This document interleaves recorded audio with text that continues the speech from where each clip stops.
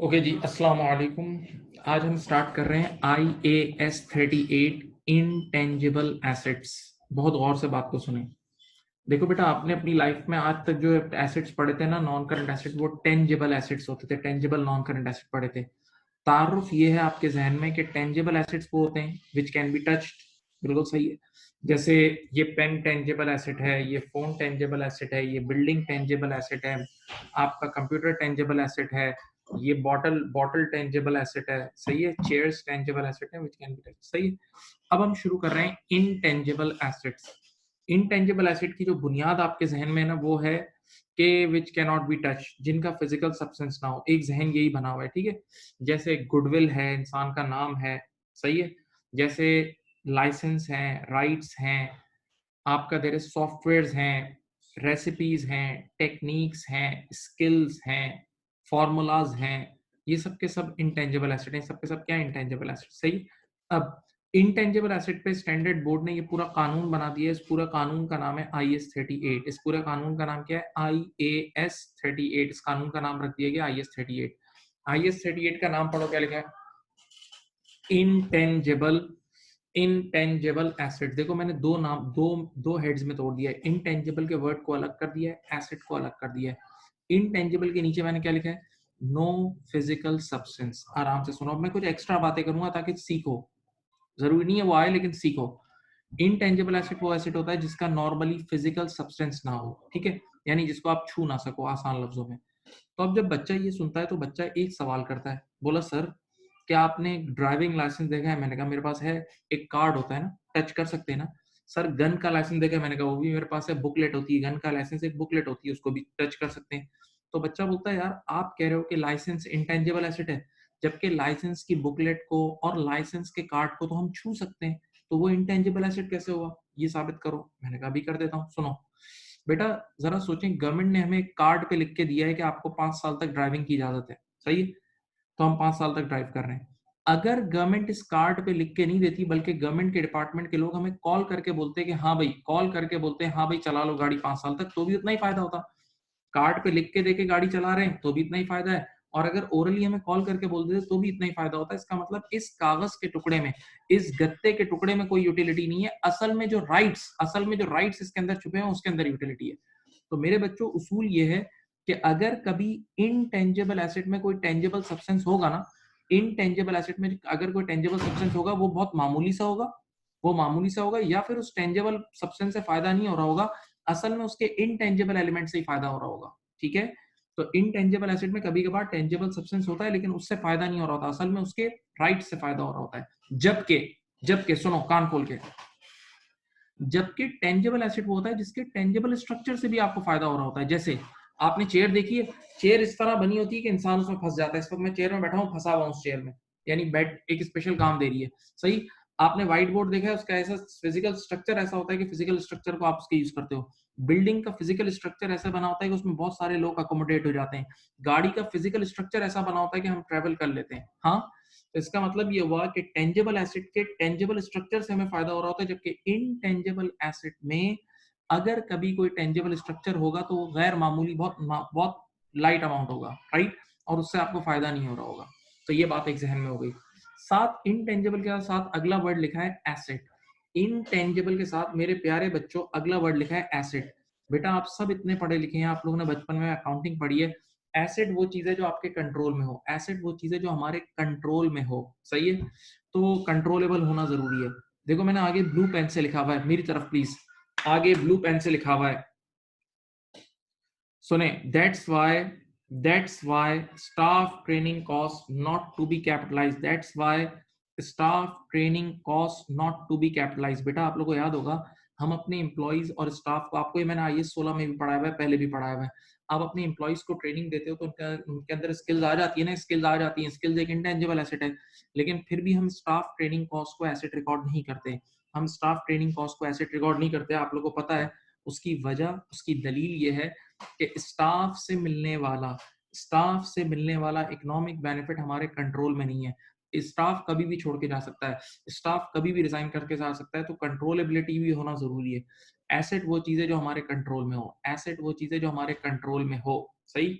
अब जरा बड़ी इंटरेस्टिंग टेक्निकल डिस्कशन शुरू हो रही है। नीचे मैंने कुछ एग्जांपल लिखे हुए देखें बेटा स्क्रीन पे एग्जांपल लिखा हुआ है, goodwill, softwares, license, skills, techniques, ये सब इंटेंजिबल है, सही है। अब उसके बाद एक लाइन पढ़ें, उसके बाद एक बड़ी intangible assets are initially recorded at cost. कान और आंखें खोल लो। इनटेंजिबल एसेट हमेशा IS 38 कहता है कि कॉस्ट पे रिकॉर्ड होगा। कॉस्ट का मतलब कभी नहीं भूलना कीमत खरीद, जो कीमत हम अदा करते हैं। कॉस्ट का मतलब कीमत खरीद, जो कीमत हम अदा करते हैं, जो कीमत हम अदा करते हैं, सही है। कॉस्ट का मतलब कीमत खरीद। अब नीचे वाली लाइन पढ़ो, that's why internally generated goodwill. ये बहुत मशहूर किस्सा है और अकाउंटेंट को अगर नहीं आता तो उसको कुछ भी नहीं आता, ये सीख लो आज। That's why internally generated goodwill cannot be capitalized because you cannot calculate the cost of internally generated goodwill। सुनो बेटा, एक गुडविल होती है जो हम मेहनत करके खुद बनाते हैं, इंटरनली जनरेटेड, सही है। जैसे मैंने एक शॉप जीरो से खोली, कोई मुझे नहीं जानता था, मैंने अच्छी सर्विस दी, लोगों को रात रात तक सर्विसेज दी, मैंने एक कॉल पे जवाब दिया, लोगों को फ्री में रिफंड करके दिए, जिसको जो वारंटी की सर्विस दी, बेतहाशा मेहनत करके 10 साल बाद एक गुडविल, एक नाम क्रिएट कर लिया, सही है। ये वाली गुडविल है इंटरनली जनरेटेड। जैसे मिर्चा वाला इंस्टीट्यूट की जो गुडविल है वो इंटरनली जनरेटेड है, हमने जीरो से स्टार्ट किया था। एक होती है परचेज गुडविल। परचेज गुडविल तुमने कंसोलिडेशन में पढ़ी थी। परचेज गुडविल तुमने कंसोलिडेशन में पढ़ी थी, जिसमें पेरेंट कंपनी सब्सिडरी कंपनी को चलता हुआ खरीदती थी। एक इदारा दूसरे बिजनेस को चलता हुआ जब खरीदता था तो जो गुडविल पे करता था वो परचेज गुडविल है, सही है। मुझे भी याद है, आपको भी याद है, हम सब ने पढ़ा है। हाँ, परचेज गुडविल कैपिटलाइज होती थी क्योंकि उसकी कॉस्ट नजर आ रही होती थी। परचेज गुडविल आप खरीदते थे, परचेज गुडविल आप खरीदते थे तो उसकी कॉस्ट आप कैलकुलेट कर लेते थे, याद है। लेकिन इंटरनली जेनरेटेड गुडविल, तवज्जो, इंटरनली जेनरेटेड गुडविल का मतलब जो हम अपनी गुडविल खुद क्रिएट करते हैं। सुने, तो वो कैसे क्रिएट होती है बेटा, सुने कि आपको एक स्टूडेंट ने मैसेज किया, आपने उसको फौरन से रिप्लाई कर दिया, फिर उसने मैसेज किया, आपने उसको वॉइस नोट पे रिप्लाई कर दिया, फिर रात के 2 बजे एक स्टूडेंट ने मैसेज किया, आपने उसको भी रिप्लाई कर दिया, ठीक है। आखिरी दिन उसका पेपर था, उसने फिर कॉल किया, आपने उसको फिर रिप्लाई किया। तो ये जो सर्विस दे रहे हो आप जो सर्विस दे रहे हो, सबसे बात कर रहे हो, सबको सर्विस दे रहे हो, सबको एंटरटेन कर रहे हो, इसके जरिए आपकी वो गुडविल क्रिएट हो रही है। अब जरा मुझे बताएं, सोच के बताएं, मैं कैसे कैलकुलेट कर सकता हूं कि जो रात के 2 बजे मैंने बच्चे को मैसेज पे रिप्लाई किया था, रात के 2 बजे जो मैंने मैसेज पे बच्चे को रिप्लाई किया था उसकी कॉस्ट क्या है, रात के 2 बजे मैंने जो बच्चे को मैसेज पे रिप्लाई किया था उसकी कॉस्ट क्या है। तो इन चीजों की इंटरनली जेनरेटेड गुडविल पे जो एफर्ट्स लगे उनकी कॉस्ट कैलकुलेट नहीं हो सकती, उनकी कॉस्ट कैलकुलेट नहीं हो सकती, और जब उनकी कॉस्ट कैलकुलेट नहीं हो सकती तो फिर वो कैपिटलाइज नहीं हो सकता। तो ये उसूल है कि इंटरनली इंटरनली जेनरेटेड गुडविल मेरे बच्चों कैपिटलाइज नहीं हो सकती, इंटरनली जेनरेटेड गुडविल कैपिटलाइज नहीं हो सकती, ओके। तो परचेज गुडविल बिल्कुल आप उसको खरीदते हो, याद है आप लोग COI less fair value of net assets, आप जब आप कंसोलिडेशन पढ़ रहे थे तो परचेज गुडविल कैपिटलाइज होती है, इंटरनली जेनरेटेड गुडविल कैपिटलाइज नहीं होती। और for your kind information soon low, internally generated goodwill intangible asset तो है, इससे इनकार नहीं कर रहा। Internally generated goodwill intangible asset तो है, इससे इनकार नहीं है, लेकिन वो उसकी कॉस्ट कैलकुलेट नहीं हो सकती, उसकी कॉस्ट कैलकुलेट नहीं हो सकती, इस वजह से उसको हम एसेट रिकॉर्ड नहीं करते। वैसे इंटेंजिबल एसेट है लेकिन कभी भी हमारी बुक्स में रिकॉर्ड नहीं होता। क्यों? क्योंकि IS 38 क्या कहता है, intangible assets are initially recorded at its cost, और उसकी कॉस्ट कैलकुलेट नहीं हो सकती, उसकी कॉस्ट कैलकुलेट नहीं हो सकती, उसकी कॉस्ट कैलकुलेट नहीं हो सकती, ओके राइट। ये एक इनिशियल तारुफ था, 30 सेकंड की खामोशी कर रहा हूं, देख लो अच्छी तरह। अच्छा, ये सब तुम लोग पहले भी लिख चुके हो ना, लिख तो तुमने लिया ही था, और वैसे भी मैं स्लाइड्स भेज ही देता हूं तुम लोगों को।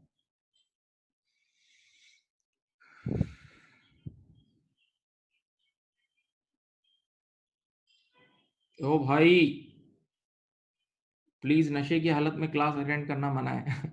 एक मासूम ने सवाल पूछा है कि इंटरनली जनरेटेड गुडविल ही तो परचेज गुडविल होती है। नहीं नहीं, मैं अब मेरे लिए सोचो, मिर्चा वाला इंस्टीट्यूट की जो इस वक्त अपनी गुडविल है वो इंटरनली जनरेटेड है, वो परचेज नहीं है बेटा।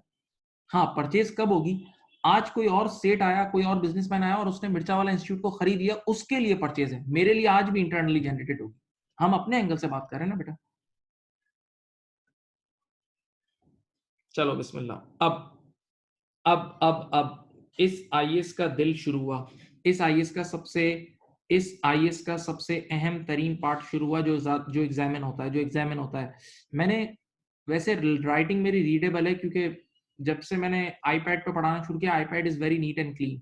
आईपैड में कलर कॉम्बिनेशन वगैरह ये सब, उसके पीछे की स्क्रीन के कलर्स वो सब बहुत नीट एंड क्लीन है। आई कैन कंपेयर, मुझे ज्यादा सुकून मिलता है आईपैड पे। तो बहरहाल राइटिंग रीडेबल है, बेशक ज्यादा स्टफ था तो मैंने छोटा छोटा करके लिखा है, लेकिन मैं इनलार्ज वगैरह करता रहूंगा। देखो अब आप गौर से देखें, स्क्रीन के टॉप पे देखें, स्क्रीन के टॉप पे ब्लू कलर से इनटेंजिबल एसेट लिखा हुआ है और इनटेंजिबल एसेट के आगे दो एरो बने हुए हैं। एक साइड इसकी बहुत बच्चों वाली है, परचेज। बेटा इनटेंजिबल एसेट या तो परचेज होता है, मेरी तरफ देखें, इनटेंजिबल एसेट या तो परचेज होता है, आप तैयार खरीद सकते हो। मिसाल के तौर पे आप लाइसेंस खरीद सकते हो, बिल्कुल हम लोग गन का लाइसेंस खरीदते हैं, हम और लाइसेंस लैंडिंग राइट्स वगैरह खरीदते हैं, हम सॉफ्टवेयर खरीदते हैं। तो इनटेंजिबल एसेट बाजार से भी मिलते हैं परचेज। तो अब देखो पहले परचेज इनटेंजिबल एसेट का रिकग्निशन क्राइटेरिया पढ़ लो। परचेज इनटेंजिबल एसेट के नीचे 2 पॉइंट लिखे, point number 1 and point number 2। Purchase intangible asset के लिए 2 पॉइंट लिखे हैं, पॉइंट नंबर 1 और पॉइंट नंबर 2। ये रिकग्निशन क्राइटेरिया है। यकीन करें अगर तुम्हारी याददाश्त अच्छी है ना, तो तुम्हें याद होगा यही रिकग्निशन क्राइटेरिया आईएएस 16 में भी तुमने पढ़ा है। यही रिकग्निशन क्राइटेरिया तुमने आईएएस 16 में भी पढ़ा है। क्या क्या है? Probable chances of economic benefit हो, यानी प्रोबेबल चांसेस हो कि उससे फायदा होगा। और नंबर 2 कॉस्ट रिलायबली मेजर, ये तो जरूरी है भाई, कॉस्ट रिलायबली मेजर होना जरूरी है। पता तो हो कि कॉस्ट कितनी लगी है। अगर ये दोनों कंडीशन मीट हो गई, अगर ये दोनों कंडीशन मीट हो गई तो हाँ, परचेज इंटेंजिबल एसेट को हम अपनी बुक्स में रिकॉर्ड कर लेंगे। सही है, परचेज इंटेंजिबल एसेट को हम अपनी बुक्स में रिकॉर्ड कर लेंगे। तो मेरे बच्चों फिर बोल रहा हूँ, ऊपर ब्लू रंग से नीले रंग से इंटेंजिबल एसेट लिखा है और एक तीर का निशान जा रहा है परचेज की तरफ से। तो इनटेंजिबल एसेट अगर आप चाहो तो खरीद सकते हो, अगर आप चाहो तो इनटेंजिबल एसेट खरीद सकते हो, यस खरीद सकते हो, ठीक है। और और इधर देखें, खरीदने के लिए ये दो कंडीशन मीट होनी चाहिए। दो कंडीशन मीट होगी तो खरीदा हुआ इंटेंजिबल एसेट आपकी बुक्स में रिकॉर्ड हो जाएगा। और ये दोनों कंडीशन तुमने अपनी जिंदगी में आईएएस 38 में पढ़ी हुई है, आईएएस 16 में पढ़ी हुई है। Number 1 probable chances of economic benefit हो, इकोनॉमिक बेनिफिट होने के यानी फायदा होने के चांसेस हो। और नंबर 2 कॉस्ट रिलायबली मेजर, भाई कितने का खरीदा, क्या कीमत अदा की, वो आपको पता होनी चाहिए। क्योंकि अगर आपको कीमत ही नहीं पता होगी बेटा, डबल एंट्री कैसे बनाओगे, डबल एंट्री कैसे बनाओगे। सही है, फाइनेंशियल अकाउंटिंग में पैसा ही रिकॉर्ड होता है। नाउ ये तो एक जनरल सी बात थी। असल चीज जिस पे अब हम नई चीज पढ़ेंगे वो देखो, दूसरा तीर पढ़ो। ब्लू वाले बीच में जो इंटेंजिबल एसेट लिखा हुआ है उस पे दूसरा तीर का निशान पढ़ें। दूसरा तीर का निशान है इंटरनली जनरेटेड।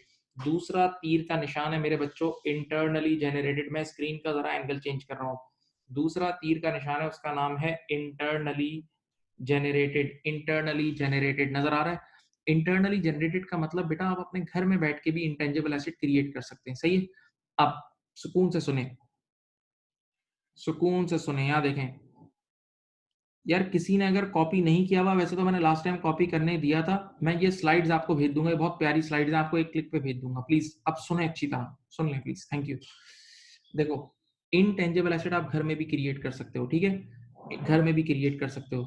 अब उस घर में क्रिएट करने के ये दो मैंने आपके सामने स्टेजेस लिखे हुए हैं, लेकिन इसको सुकून से सुने बेटा। आजकल के दौर में हम सब आंखें खोल के जिंदा हैं, और specially after Covid technological stocks, technological companies दुनिया की बड़ी बड़ी कंपनीज हैं, जिसमें मैंने शायद हम लोगों ने भी वीडियोस भी बनाई थी। FAANG, FAANG stock, FAANG, FAANG याद है?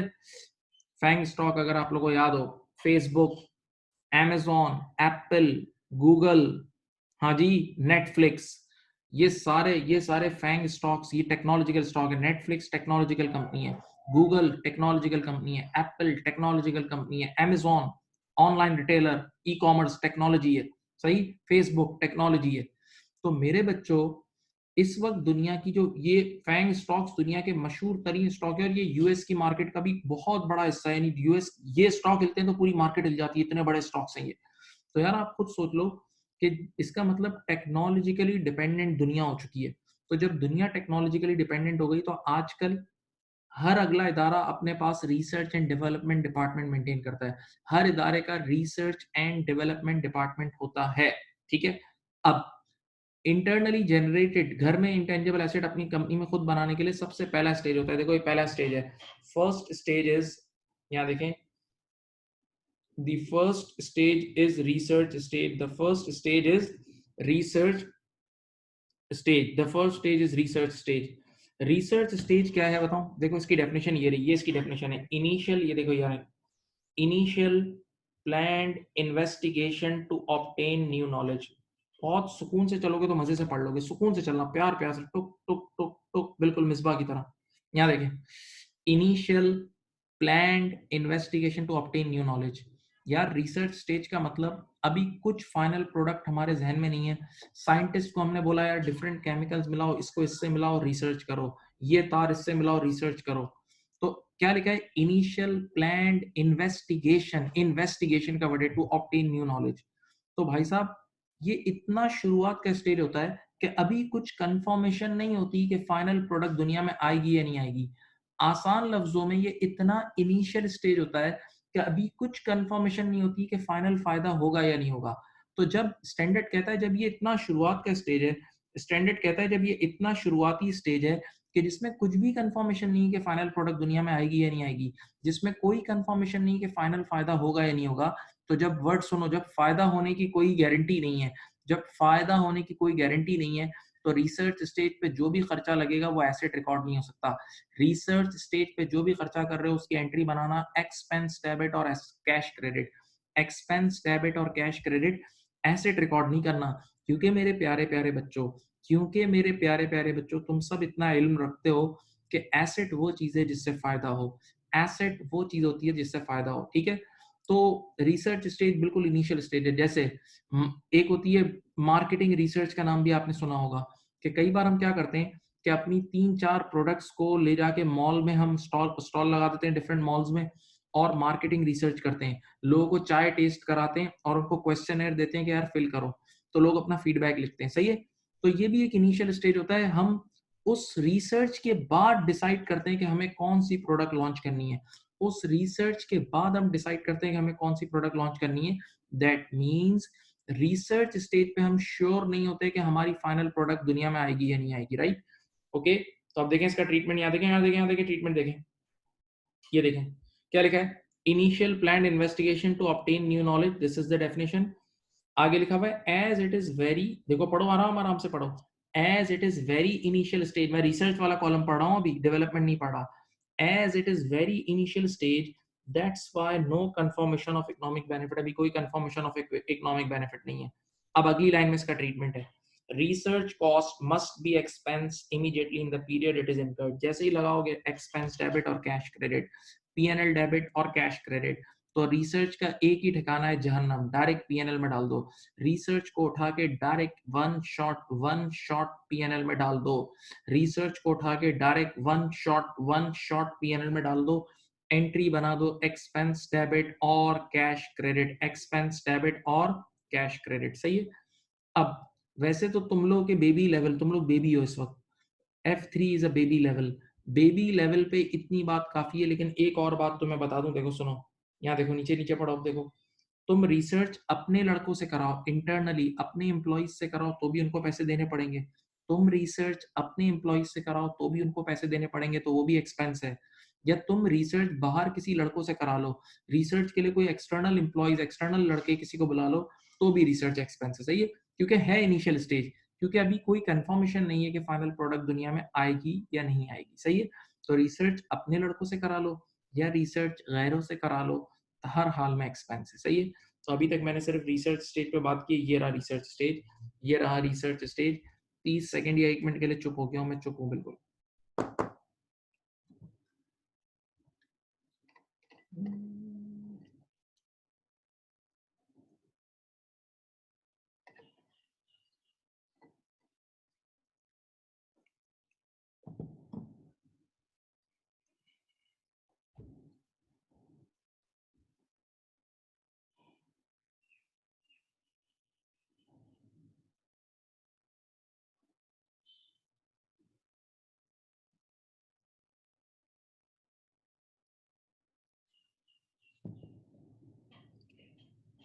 अब बेटा अगले स्टेज का नाम है, अगले स्टेज का नाम है हजरात, कर देखें, अगले स्टेज का नाम है डेवलपमेंट स्टेज, डेवलपमेंट स्टेज। अगले स्टेज का नाम है डेवलपमेंट स्टेज। डेवलपमेंट स्टेज का मतलब क्या है? देखो इसकी डेफिनेशन पहले पढ़ो, नीचे लिखिए। Application of that knowledge obtained. Application of that knowledge obtained यानी रिसर्च स्टेज में जो नॉलेज आपने गैदर की थी, रिसर्च स्टेज में जो नॉलेज आपने गैदर की थी, अब वो आप अप्लाई कर रहे हो। रिसर्च स्टेज में जो नॉलेज आपने गैदर की थी वो आप अप्लाई कर रहे हो, सही है। यानी ये वो स्टेज होता है जब ये कंफर्मेशन हो जाती है कि अब हम वाकई एक प्रोडक्ट को दुनिया में लेकर आएंगे, हम एक प्रोडक्ट को बनाएंगे। जैसे एक मिसाल देता हूँ, भाई हमने एक मार्केटिंग रिसर्च कराई, 4 डिफरेंट टाइप की चाय, टी, चाय चाय चाय चाय, 4 डिफरेंट टाइप की टी, चाय लोगों को दी हमने। हाँ, राइट। और हमने लोगों यानी मॉल में जाके सबको टेस्ट कराया और सबको बोला टिक करो, फीडबैक दो। तो क्वेश्चनर पे लोगों ने फीडबैक दिया। तो फिर हमने जब बोर्ड के सामने वो सारे डॉक्यूमेंट्स पेश हुए ना, तो पता चला कि प्रोडक्ट बी को सबने लाइक किया है। प्रोडक्ट बी को सबने लाइक किया है। तो फिर हमने क्या डिसाइड किया, बताओ मेरी तरफ देखें। हमने बोर्ड ने डिसाइड किया, ठीक है हम प्रोडक्ट बी को लेके आगे बढ़ेंगे। हम प्रोडक्ट बी को लेके आगे बढ़ेंगे और उसको लॉन्च करेंगे, सही है। तो अब देखें यहां से डेवलपमेंट स्टेज स्टार्ट हुआ। यानी डेवलपमेंट स्टेज वो स्टेज है, देखो नाम पढ़ लो, application of that knowledge obtained. Research stage में जो नॉलेज गैदर की थी वो अब हम अप्लाई कर रहे हैं, वो अब हम अप्लाई करेंगे, सही है। तो स्टैंडर्ड कहता है कि हाँ भाई अब ये वो स्टेज है कि जब कंफर्मेशन हो गई कि फाइनल प्रोडक्ट दुनिया में आएगी, फाइनल प्रोडक्ट दुनिया में आगे आएगी। और इस स्टेज की कुछ ये भी निशानी है कि इस स्टेज पे पायलट प्लांट बन जाता है, हाँ सैंपल्स वगैरह बन जाते हैं। तो ऐसा नजर आ रहा होता है ऑडिटर को, ऐसा नजर आ रहा होता है ऑडिटर को कि वाकई फाइनल प्रोडक्ट दुनिया में आएगी, वाकई फाइनल प्रोडक्ट दुनिया में आएगी। तो यहाँ पर स्टैंडर्ड आके रिलैक्स हो गया। IS 38 कहता है ठीक है, ठीक है, मैं डेवलपमेंट स्टेज पे जो आप खर्चा कर रहे हो, डेवलपमेंट स्टेज पे जो खर्चा कर रहे हो वो मैं कैपिटलाइज करने की इजाजत दे दूंगा। डेवलपमेंट स्टेज पे जो खर्चा हो रहा है उसको मैं एसेट रिकॉर्ड करने की इजाजत दे दूंगा। लेकिन देखो साफ साफ बोला, डेवलपमेंट स्टेज पे जो खर्चा हो रहा है मैं उसको एसेट रिकॉर्ड करने की इजाजत दे दूंगा, बिल्कुल दे दूंगा। लेकिन शर्त ये है, सामने देखें, शर्त ये है कि इस बात की यकीन दहानी करा दो कि वाकई फायदा होगा। रिपीट, डेवलपमेंट स्टेज पे जो खर्चा हो रहा है उसको मैं एसेट रिकॉर्ड करने की इजाजत दे दूंगा, लेकिन शर्त यह है कि वाकई फायदा हो, इसकी यकीन दहानी करा दो। तो इसके लिए IS 38 ने क्राइटेरिया दिया है, और से सुनना मेरी बात, इसके लिए IAS 38 ने क्राइटेरिया दिया है, 6 कंडीशन दी है। देखो 6 कंडीशन मैंने बहुत तरीके से, बहुत अदब से लिखी हैं। वो 6 कंडीशन बहुत तरीके से, वो अदब से लिखी है। देखें ये रही है वो 6 कंडीशन, ये रही, ये स्क्रीन पे आपके सामने है। वो 6 कंडीशन स्क्रीन पे आपके सामने है। उस 6 कंडीशन को देखो मैंने लाल मार्कर से लिखी है। एक निमोनिक के जरिए पूरी दुनिया के टीचर्स अपने स्टूडेंट्स को याद कराते हैं, अकाउंटेंट्स अपने जूनियर्स को याद कराते हैं। वो निमोनिक क्या है, देखो, पायरेट, PIRATE, पायरेट, बड़ा मशहूर निमोनिक है। PIRATE, pirate, PIRATE, pirate, okay. अब पहला पॉइंट है probable chances of economic benefit. पहला पॉइंट क्या है? Probable chances of economic benefit. अच्छा, मैं कोशिश करूंगा चीजों को जरा थोड़ा तफसील में लेके जाऊं, बेशक वो एग्जाम में आए ना आए, लेकिन आपको चीज आ जानी चाहिए। क्योंकि मजे की बात यह है कि ये IS 38 पार्ट 1 में भी है, ACCA पार्ट 2 में भी आप दोबारा पढ़ोगे उसमें भी बहुत आता है, और पार्ट 3 में तो बहुत आता है, पार्ट 3 में भी आता है, ये हर जगह आता है, सही है। तो ये चीजें बार बार आप पढ़ोगे भी तो ये आनी भी चाहिए आपको, सही है। Probable chances of economic benefit, यानी इस लाइन को मैं भी पहले छोड़ रहा हूँ, ये असल लाइन है कि इसका मतलब ये है कि आपको फायदा हो, क्योंकि फायदा होगा तभी आप एसेट रिकॉर्ड करोगे। फाय, फायदा होगा तभी आप एसेट रिकॉर्ड करोगे।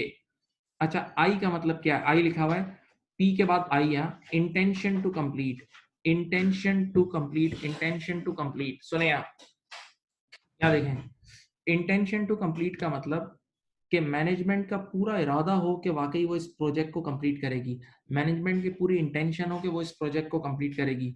तो बच्चे ने मासूमियत से बोला, अच्छा इस टॉपिक को पढ़ने के लिए जो अभी मैं पायरेट पढ़ा रहा हूँ, थोड़ी देर के लिए तुम सब ऑडिटर बन जाओ, थोड़ी देर के लिए तुम सब ऑडिटर बन जाओ। उम्मीद है तुमने F1 के पेपर में थोड़ा बहुत ऑडिट पढ़ा हुआ है, थोड़ा बहुत तुमने ऑडिट पढ़ा हुआ है F1 के पेपर में, थोड़ी देर के लिए तुम सब ऑडिटर बन जाओ, मजा आएगा, असल गेम ही मजा है ऑडिट की है।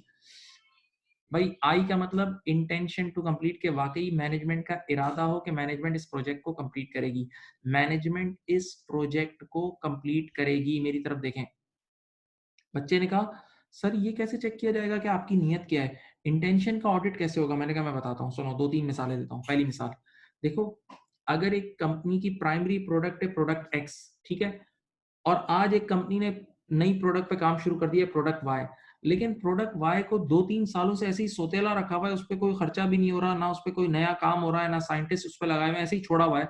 तो यहाँ से भी ऑडिटर समझ जाएगा कि इनकी इंटेंशन नहीं है कंप्लीट करने की। यहाँ से भी ऑडिटर समझ जाएगा कि इनकी इंटेंशन नहीं है कंप्लीट करने की। ओके, अब दूसरा दूसरा मिसाल, यार दूसरी मिसाल मैंने एक आई कैप की बुक से, सीए की बुक से उठाई थी, और या किसी क्वेश्चन बैंक से सीए की उठाई थी, अच्छी मिसाल थी। जरा सुने, आपने एक प्रोजेक्ट स्टार्ट किया और उस प्रोजेक्ट का अगर पेटेंट रजिस्टर्ड करा लिया, आपने एक प्रोजेक्ट स्टार्ट करा और अपने नाम से उस प्रोजेक्ट को रजिस्टर्ड करा लिया, तो यहां से भी ऑडिटर को पता लग जाएगा कि आप सीरियस हो। यहां से भी ऑडिटर को पता लग जाएगा वाकई कि आप सीरियस हो, आप वाकई आगे जाना चाहते हो, वाकई आगे जाना चाहते हो। सही है। बच्चे ने कहा यार कोई प्रैक्टिकल एग्जांपल है? मैंने कहा मैं एग्जांपल देता हूँ, सुनो इधर देखो मेरी तरफ, एग्जांपल सुनो, कैसी जबरदस्त एग्जांपल देता हूँ। मुझे आज भी याद है, गालिबन गालिबन यही डेट थी, 1 मई 2019, 1 मई 2009, सॉरी 1 मई 2009 जब मिर्चा वाला इंस्टीट्यूट बना था। 1 मई 2009 जब मिर्चा वाला इंस्टीट्यूट बना था, और सुकून से सुने, हुआ क्या था कि रात में हम लोगों ने बोर्ड लगाया था, जो हमारा पहला कैंपस था सदाबहार के पास था, कोकन ग्राउंड के पास जो कैंपस था। रात में हमने बोर्ड लगाया, जैसे ही हमने बोर्ड लगाया तो पूरी दुनिया के सामने नाम आ गया, डिस्क्लोज हो गया, मिर्चा वाला सब ऑफ अकाउंटेंसी।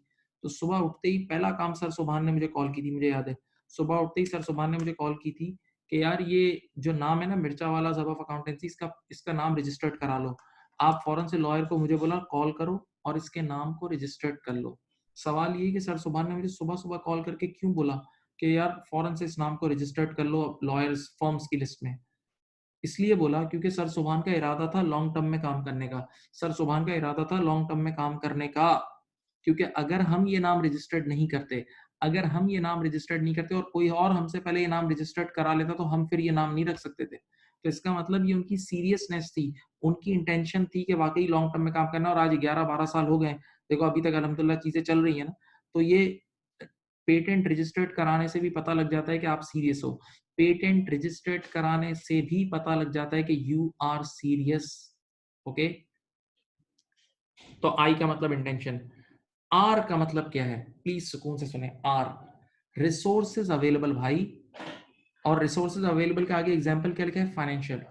जरा सुने, यहां तो देखें, आप एक कंपनी हो, आप एक कंपनी हो जिसका,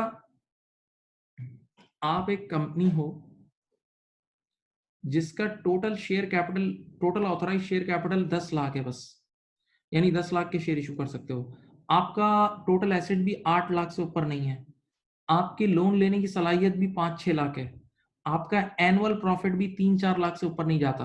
इतने छोटा इदारा हो, सोचो, share capital, authorize share capital 10 lakh है, टोटल एसेट 7-8 लाख के हैं, और लोन लेने की सलाहियत भी 6-7 लाख से ज्यादा नहीं है, नेट प्रॉफिट भी 2-3 लाख से ज्यादा नहीं है। सुने, तो भाई ऐसी सूरत हाल में गौर से सुने, ऐसी सूरत हाल में आंखें खोलें, ऐसी सूरत हाल में क्या होगा बताऊं? और आप क्या कह रहे हो बताऊं? आप कह रहे हो कि मैं आज, आप इतनी छोटी कंपनी और आप ये चौड़े होके बोल रहे हो, ऑडिटर को बोल रहे हो कि मैं एक ऐसा प्रोजेक्ट स्टार्ट कर रहा हूं जिसपे 10 करोड़ रुपए लगेंगे, एक ऐसा प्रोजेक्ट स्टार्ट कर रहा हूं जिसपे 10 करोड़ रुपए लगेंगे। तो वो जो छोटा ऑडिटर का ट्रेनी होता है ना, जैसे तुम लोग ट्रेनी बनोगे ना पहले, वो ट्रेनी गुद्दी पे एक जोर से लगाएगा, बोला बैठ इधर, बोला यार अपनी औकात देख यार, 10 लाख रुपए की तेरी कंपनी है और तू 10 करोड़ रुपए के प्रोजेक्ट पे काम कर रहा है, शर्म नहीं आती तुझे? यानी तेरी औकात ही नहीं है, साफ बात है, तेरी औकात ही नहीं है। तू कैसे बोल रहा है यार कि ये इतने बड़े प्रोजेक्ट पे मैं काम करूंगा? तो फिर ये ऑडिटर आपको इजाजत नहीं देगा, क्योंकि आपके पास रिसोर्सेज ही नहीं है, आपके पास फाइनेंशियल रिसोर्सेज ही नहीं है उसको कंप्लीट करने के। तो ये तो वही बात हो गई, ये तो वही बात हो गई कि मुंह धोने का पानी नहीं था, नाम समंदर खान रख के बैठे हुए, मेरा नाम समंदर खान। अबे तेरे पास मुंह धोने का तो पानी नहीं है, सोचें।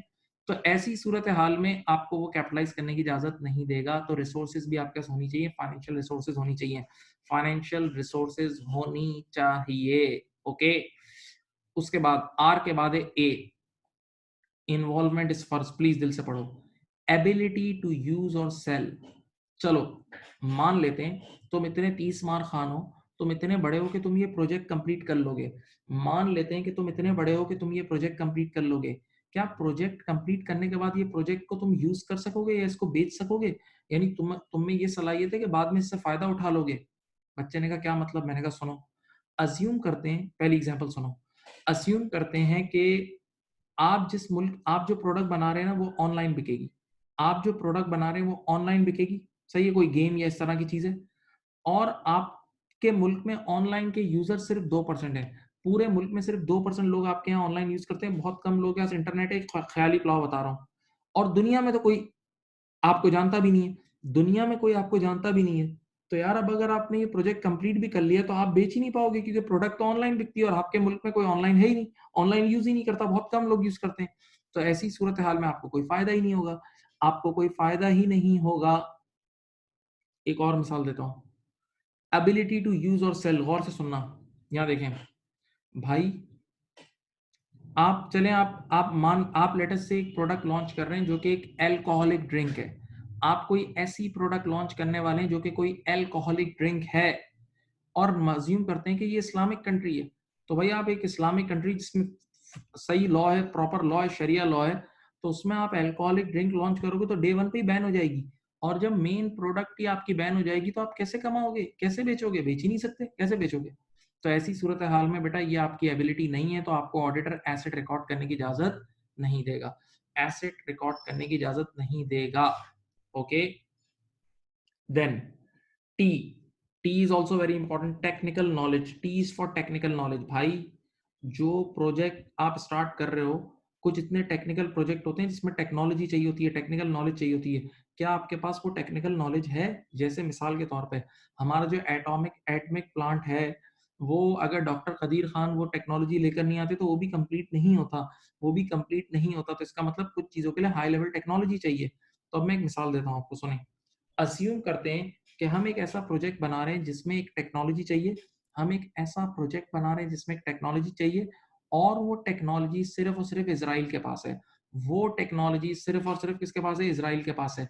और आप लोगों ने कभी अपना पासपोर्ट देखा है? खोल के पासपोर्ट चेक कर लेना बेटा, हम लोग पाकिस्तानी इसराइल की पैदाइश को ही एक्सेप्ट नहीं करते, हम उनकी दुनिया के नक्शे पे जो उनकी नाजायज पैदाइश है हम उसको एक्सेप्ट ही नहीं करते। तो जब हम इसराइल को पैदाइश को ही एक्सेप्ट नहीं करते तो हमारे उनके साथ कोई ट्रेडिंग रिलेशनशिप नहीं है, इवन आप पाकिस्तानी पासपोर्ट पे वहां ट्रेवल भी नहीं कर सकते, इसराइल ट्रेवल नहीं कर सकते आप प्लीज। तो इसका मतलब ये हुआ कि जब हमारे उनसे कोई ताल्लुकात ही नहीं है और उस प्रोजेक्ट को बनाने के लिए वो टेक्नोलॉजी चाहिए जो सिर्फ इसराइल के पास है, तो वो तो पाकिस्तान आएगी ही नहीं, तो जब वो टेक्नोलॉजी पाकिस्तान आएगी ही नहीं तो आपका प्रोजेक्ट भी कंप्लीट नहीं होगा, और जब आपका प्रोजेक्ट कंप्लीट नहीं होगा तो आपको कोई इकोनॉमिक बेनिफिट नहीं होगा, राइट? तो ऐसी सूरत हाल में भी ऑडिटर आपको एसेट रिकॉर्ड करना अलाउ नहीं करेगा।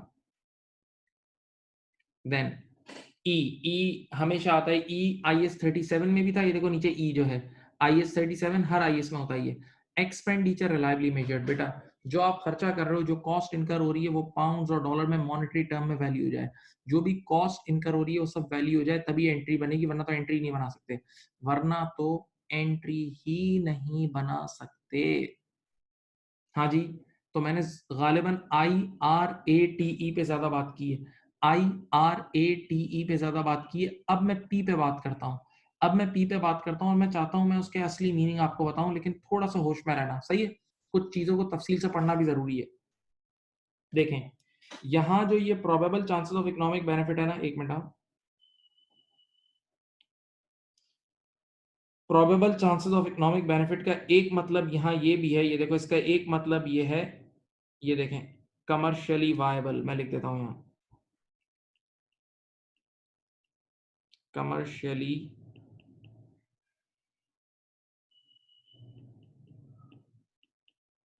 ठीक है, और इसका मीनिंग है प्रॉफिट हो, उर्दू में हो लिख रहा हूँ, कमर्शियली वायबल, ये देखें यहाँ सामने देखें, सामने देखें, यहाँ देखें, यहाँ देखें, देखो जो पहली लाइन नहीं थी, probable chances of economic benefit, development stage का जो पहला पार्ट है probable chances of economic benefit, उसका मतलब ये है, उसका एक मीनिंग ये commercially viable, commercially viable, commercially viable का मतलब बोलते हैं ना फला बंदा बहुत कमर्शियल है, यानी वो बिजनेस का बड़ा ख्याल रखता है, और बिजनेस का मतलब प्रॉफिट, जहां बिजनेस का नाम आएगा प्रॉफिट। अब सुकून से सुने, कमर्शियली वायबल का मतलब उस प्रोजेक्ट से आपको प्रॉफिट हो, उस प्रोजेक्ट से आपको प्रॉफिट हो।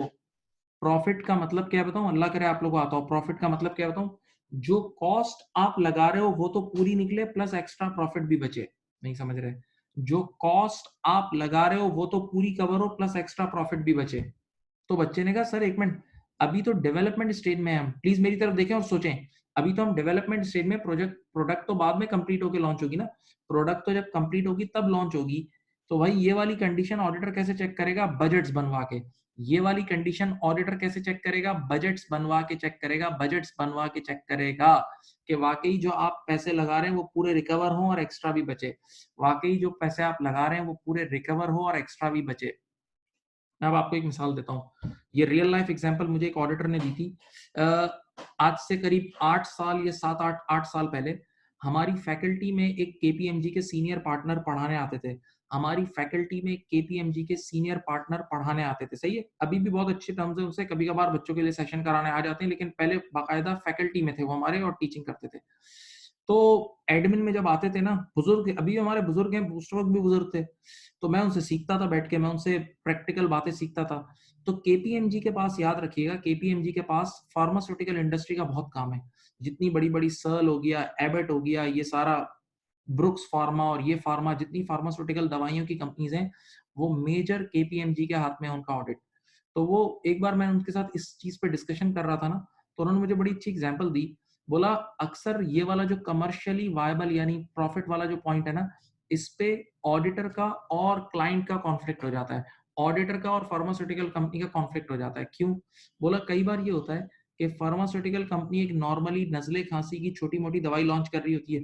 नजले खांसी की छोटी मोटी दवाई लॉन्च कर रही होती है, मेरी तरफ देखें और सब यहाँ देखें, और बोला हमें इतने बड़े बड़े फोरकास्टेड बजट बना के देती है कि इतने अरबों रुपए हम कमाएंगे और इतनी सी कॉस्ट लगेगी ताकि ये पी वाली कंडीशन मीट हो जाए। तो बोला फिर ऐसी सूरत हाल में ऑडिटर भी ऑब्जेक्ट करता है, ऑडिटर भी उलझ जाता है उनके साथ। बोलता है यार ये कोई आप कैंसर की या हेपेटाइटिस की या कोई ऐसे एक्सट्रीम मर्स की दवाई थोड़ी बना रहे हैं। एक्सट्रीम मर्स की दवाई थोड़ी आप बना रहे हैं कि जिसमें इतने रेवेन्यूज हो, ये तो हर कंपनी ने लॉन्च की हुई है। तो यार ये जो ये वाला पॉइंट है ना, कमर्शियली वायबल वाला, प्रैक्टिकल लाइफ में इस पर कई बार क्लाइंट और ऑडिटर का इख्तलाफ भी होता है। प्रैक्टिकल लाइफ में इस वाले पॉइंट पे कभी कभार क्लाइंट का और ऑडिटर का इख्तलाफ भी होता है। बहरहाल एक प्रैक्टिकल बात थी तो आप लोगों के सामने पेश कर दी, ठीक है। तो अब बेटा ये देखें, देखें बिग पिक्चर देखें, बिल्कुल गौर से देखते रहें, बिग पिक्चर देखें। तो अगर आप इंटरनली जनरेटेड यानी घर में बैठ के आपकी कंपनी खुद इंटेंजिबल एसेट जनरेट कर रही है, घर में बैठ के अगर आपकी कंपनी खुद इंटेंजिबल एसेट जनरेट कर रही है, बच्चों इधर देखो, तो ऐसी सूरत हाल में ये दो स्टेजेस हैं। एक रिसर्च स्टेज है और एक डेवलपमेंट स्टेज है। रिसर्च पहला और इनिशियल स्टेज है, देखो नाम लिखो लिखा हुआ है। और ये इतना शुरुआती स्टेज होता है, रिसर्च इतना शुरुआत का स्टेज होता है कि अभी कोई कंफर्मेशन नहीं होती, अभी कोई कंफर्मेशन नहीं होती कि फाइनल प्रोडक्ट दुनिया में आएगी या नहीं आएगी। अभी कोई कंफर्मेशन नहीं होती कि फाइनल प्रोडक्ट दुनिया में आएगी या नहीं आएगी। तभी रिसर्च का ठिकाना जहन्नम है। रिसर्च एक सेकंड में expense PNL, research cost direct PNL, research cost direct PNL, सही है। और दूसरा स्टेज कौन सा है? Development stage, that is the advance stage. यानी ये वो स्टेज होता है जब वाकई नजर आ रहा होता है कि अब फाइनल प्रोडक्ट दुनिया में आ जाएगी। तो यहाँ आके स्टैंडर्ड रिलैक्स हो जाता है, यहाँ आके स्टैंडर्ड गुंजाइश दे देता है आपको। स्टैंडर्ड कहता है ठीक है, डेवलपमेंट स्टेज पे जो भी खर्चा हो रहा है, डेवलपमेंट स्टेज पे जो भी खर्चा हो रहा है उसको आप एसेट रिकॉर्ड कर सकते हो, उसको आप कैपिटलाइज कर सकते हो, प्रोवाइडेड प्रोवाइडेड कि ये 6 कंडीशंस एक साथ एक वक्त में मीट हो। देखो मैं बार बार बोल रहा हूँ, प्रोवाइडेड के ये 6 कंडीशन एक साथ एक वक्त में मीट हो, प्रोवाइडेड ये 6 कंडीशन एक साथ एक वक्त में मीट हो। ड्राई, प्रोवाइडेड के ये 6 कंडीशन एक साथ एक वक्त में मीट हो। तो एक मासूम बच्चा खड़ा हुआ, क्लास में ही खड़ा हुआ, उसने एक सवाल किया, सर अगर सर अगर सर अगर इन 6 में से कोई एक कंडीशन भी मीट ना हुई, तो मैंने कहा बेटा फिर आप कैपिटलाइज नहीं कर सकते, फिर एक्सपेंस ही होगा, सही है। 6 में से कोई एक भी मीट ना हुई तो एक्सपेंस होगा, यानी 6 की 6 एक साथ मीट होना जरूरी है। ओके, अब जरा 30 सेकंड चुप होकर देख लो इसको, आराम से देखो इसको।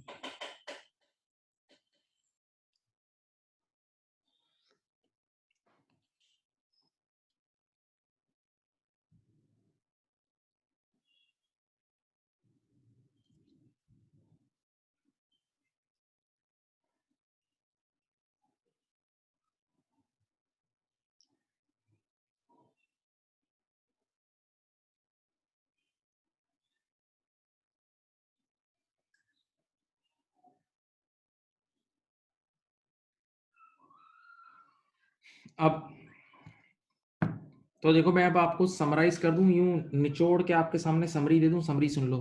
रिसर्च कॉस्ट हमेशा पीएनएल में जाएगी, yes yes yes. Development cost भी पीएनएल में चली जाएगी अगर इनमें से कोई भी कंडीशन मीट ना हो रही है, यानी क्राइटेरिया अगर मीट नहीं हो रहा होगा तो डेवलपमेंट कॉस्ट भी पीएनएल में चली जाएगी, सही है।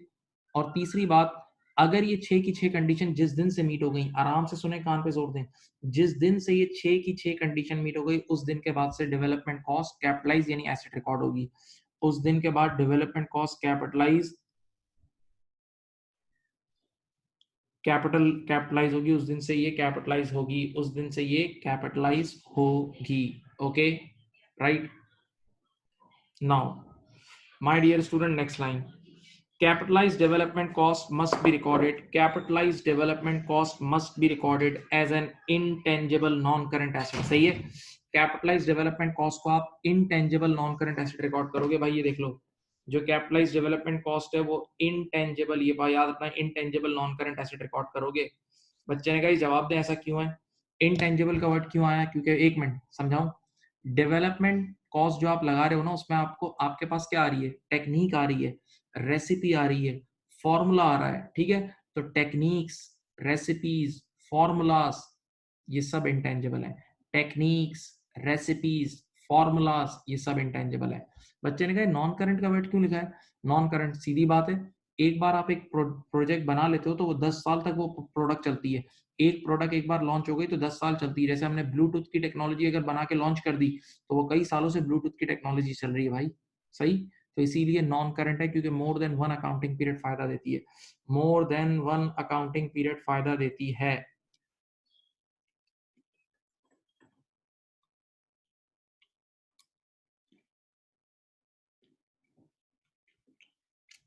अब यहां से मैं इस आईएएस का प्रैक्टिकल पढ़ाऊंगा।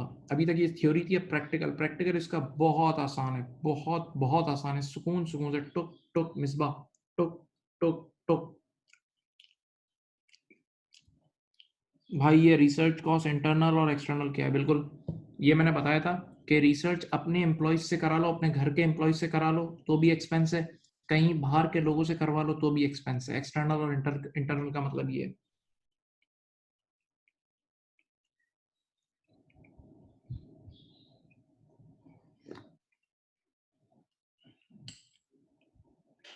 चलो my dear dear dear respected students, अरे भाई मिसबा के लिए उलझ नहीं यार, मैं कौन सा उसका बड़ा दुश्मन या फैन हूँ यार। अपनी दुकान चलाओ। बात सुनो मेरे दोस्त मेरे प्यारे बच्चों, अब मैं तुम्हारे सामने जो कुछ पढ़ा हुआ है उसको अमली जामा पहनाने के लिए तैयार हूं। आप सब यहाँ देखें, हाँ, जो आपने जिंदगी में बेसिक अकाउंटिंग पढ़ी है उससे मैं कनेक्ट करूंगा, ठीक है। यहाँ देखें,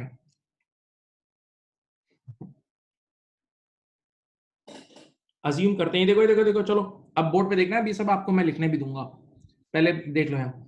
एक प्रोजेक्ट यहाँ शुरू हुआ और ये स्टार्टिंग में जो स्टेज है ना, ये रिसर्च स्टेज है, ये स्टार्टिंग में स्टेज है, रिसर्च स्टेज है। तो आपको पता है रिसर्च पे जो भी खर्चा हो रहा होगा, रिसर्च पे जो भी खर्चा होगा सब एक्सपेंस है। अज्यूम करते हैं 2000 का खर्चा हुआ, ये सब का सब सीधा सीधा एक्सपेंस है, ये सब का सब एक्सपेंस है। देखो इनिशियली एक जो ये देखो टाइमलाइन को देखो, शुरू में जो पहली टाइमलाइन है उसमें जो भी स्टेज है वो रिसर्च स्टेज है। तो मेरे प्यारे प्यारे बच्चों, रिसर्च स्टेज में वो जो भी खर्चा होगा वो एक्सपेंस है, सही है। अल्लाह की शान, इधर देखें, यहां से डेवलपमेंट स्टेज स्टार्ट हुआ, डेवलपमेंट में डीईवी लिख रहा हूं, बस मैं क्या लिख रहा हूं, डीईवी लिख रहा हूं, डेवलपमेंट स्टेज स्टार्ट हुआ। लेकिन बेटा इस बीच के अरसे में क्राइटेरिया मीट नहीं हुआ, नॉट मेट, सही है। ये जो एक बीच की खिड़की नजर आ रही है, इस बीच के हिस्से में डेवलपमेंट स्टेज तो स्टार्ट हो गया, डेवलपमेंट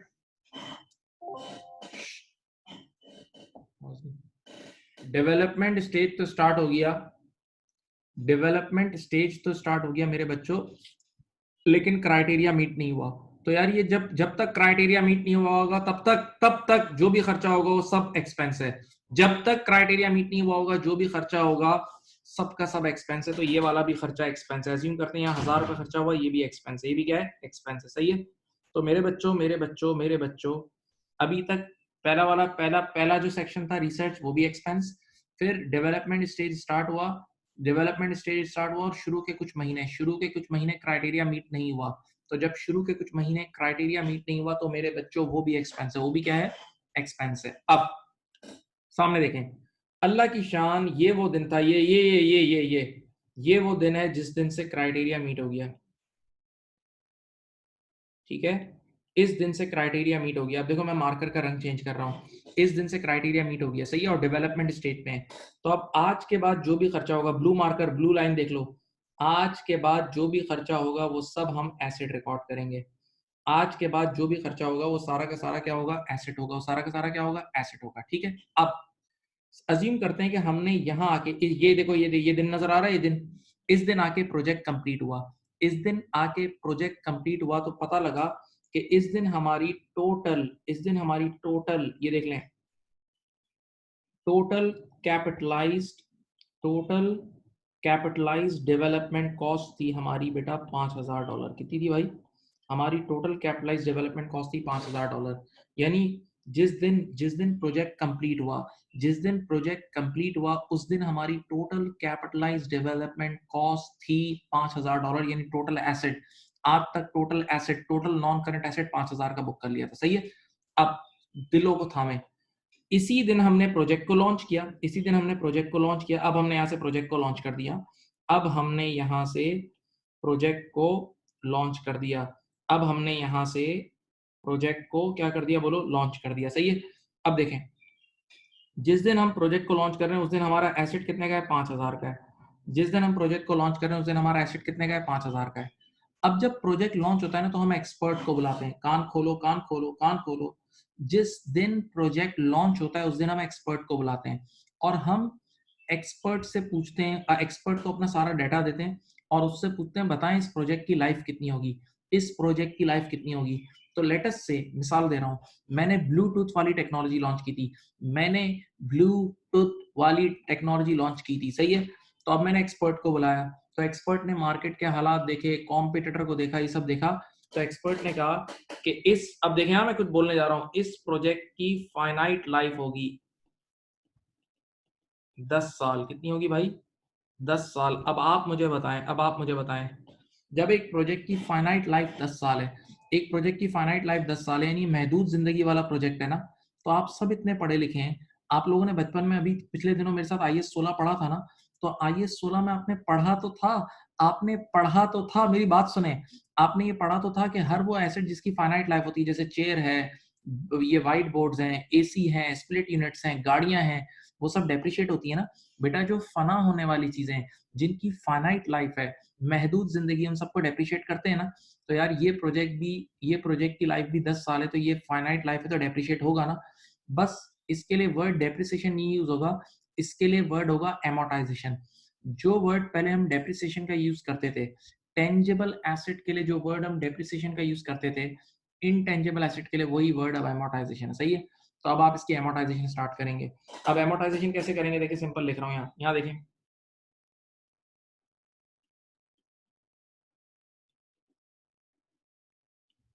कैपिटलाइज CAP लिख रहा हूँ, development cost divided by finite life, खत्म, ये फॉर्मूला है। सिंपल याद नहीं है, बचपन में स्ट्रेट लाइन मेथड पढ़ते थे, capitalize development cost divide by finite life. देखो कितनी कॉस्ट है, $5000 की मिसाल के तौर पे कॉस्ट है, और लाइफ है 10 साल की, तो ये आ जाएगा 500 पर एनम। कितना आया, 500 पर एनम आया। हाँ, अब मुझे बताओ, आपका एसेट, ये देखो, ये इसको मैं यहाँ ईयर 0 लिख देता हूँ, समझाने के लिए इसको ईयर 0 लिख रहा हूँ, और इधर लिख रहा हूँ ईयर 1। सब देखें यहाँ, बेटा 5000 का एसेट था, इस एक साल में कितने से डेप्रिशिएट हो गया, 500 रुपए से डेप्रिशिएट हो गया। डेप्रिशिएट बोल दो, एमोटाइज हो गया बोल दो, बात एक ही है। डेप्रिशिएट बोल दो, एमोटाइज बोल दो, बात एक ही है। तो 5000 का एसेट जब 500 से डेप्रिशिएट हुआ, तो मुझे बताओ ईयर एंड पे इसकी एनबीवी कितनी होगी, ईयर एंड पे इसकी एनबीवी होगी 4500। ईयर एंड पे इसकी एनबीवी कितनी होगी, 4500। हाँ सही है, 5000 का एसेट 500 से डेप्रिशिएट होगा, 4.5 आ गई, फिर अगले साल 500 से और डेप्रिशिएट होगा, फिर 4000, फिर 3.5, इस तरह चलता रहेगा। ठीक है, इस तरह चलता रहेगा।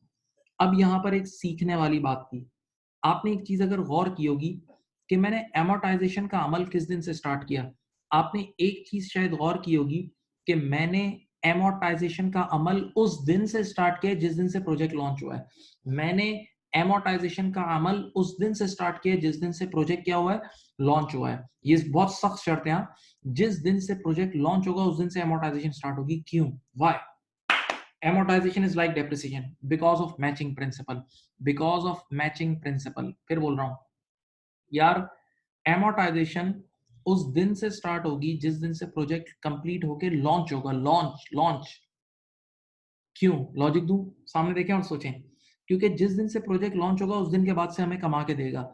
जिस दिन से प्रोजेक्ट लॉन्च होगा उस दिन के बाद से वो प्रोजेक्ट हमें कमा के देगा। तो जैसे जैसे ऊपर उसकी कमाई बुक करना, नीचे एक्सपेंस बुक कर लेना। जैसे जैसे ऊपर उसकी कमाई बुक करना, नीचे उसका एक्सपेंस बुक कर लेना, ताकि इनकम और एक्सपेंसेस मैच हो जाएं। ताकि इनकम और एक्सपेंसेस मैच हो जाएं। सही? ओके। तो ये पहली मिसाल मैंने आपके सामने लिख दी है। ये पहली मिसाल मैंने आपके सामने लिख दी है मेरे बच्चों। ये आप पूरा कॉपी करेंगे। अब चलें, ये सब कॉपी कर लें। चलें,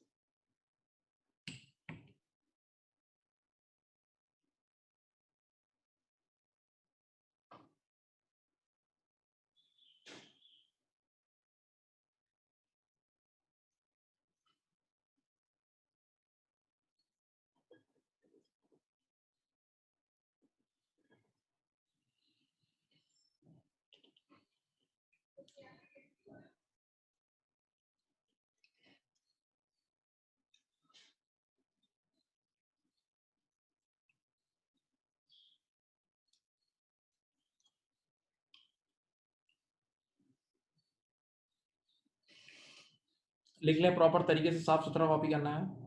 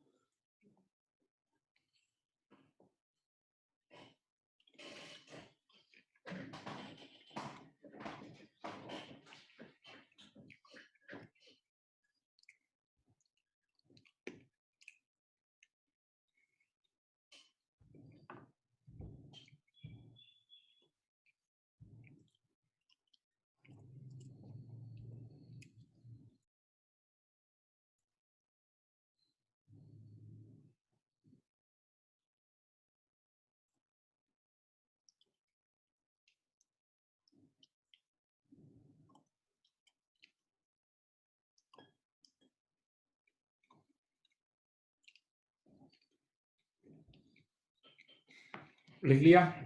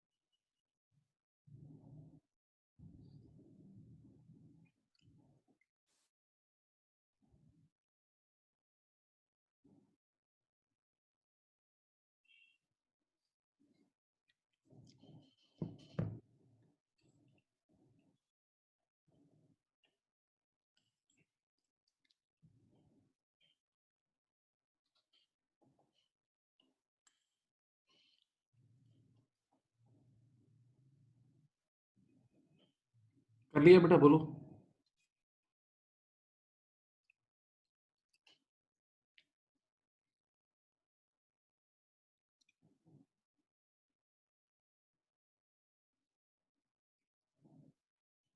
चलो, तो इसका मतलब बेटा, जिस दिन प्रोजेक्ट लॉन्च होगा, आराम से सुन, एक हल्की सी समरी दे दूं ताकि फिर आगे।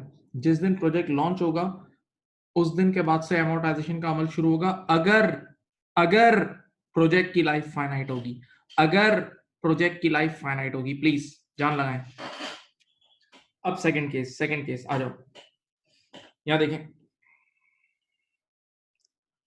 अब वंस अगेन यहाँ एक प्रोजेक्ट स्टार्ट हुआ। इनिशियली ये पूरा रिसर्च स्टेज था।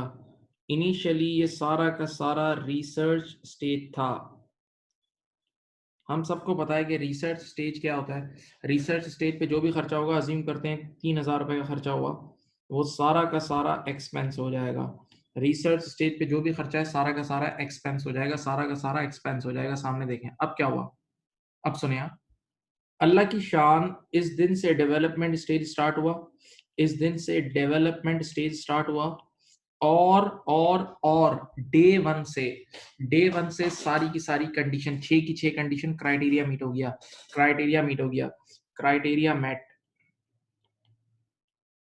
ठीक है। तो अब आज के बाद से जो भी खर्चा होगा सब एसेट रिकॉर्ड होगा। आज के बाद से जो भी खर्चा होगा सारा का सारा एसेट रिकॉर्ड होगा। अल्लाह की शान, यहाँ आके प्रोजेक्ट कंप्लीट हुआ। यहाँ आके प्रोजेक्ट कंप्लीट हुआ। जिस दिन प्रोजेक्ट कंप्लीट हुआ उस दिन कैपिटलाइज डेवलपमेंट कॉस्ट थी, टोटल कैपिटलाइज डेवलपमेंट कॉस्ट थी $10,000। कितनी थी?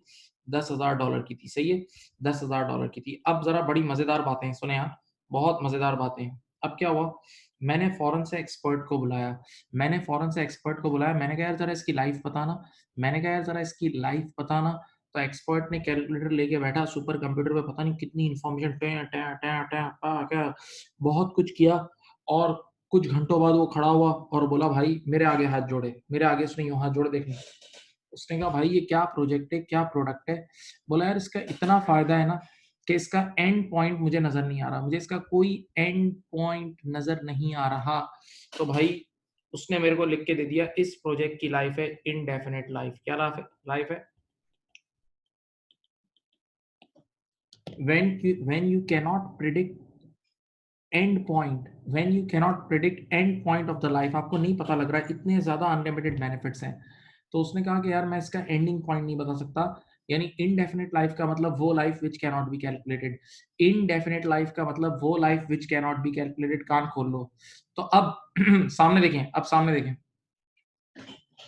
जब कभी भी इनडेफिनेट लाइफ का केस आ जाएगा तो अब एमोर्टाइजेशन तो हो ही नहीं सकती, नंबर तो है ही नहीं।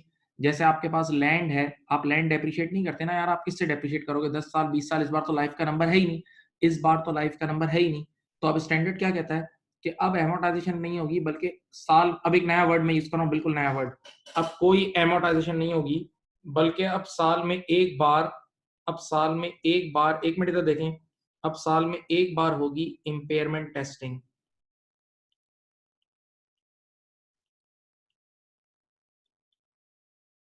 नया वर्ड जरूर है लेकिन मैं समझा दूंगा।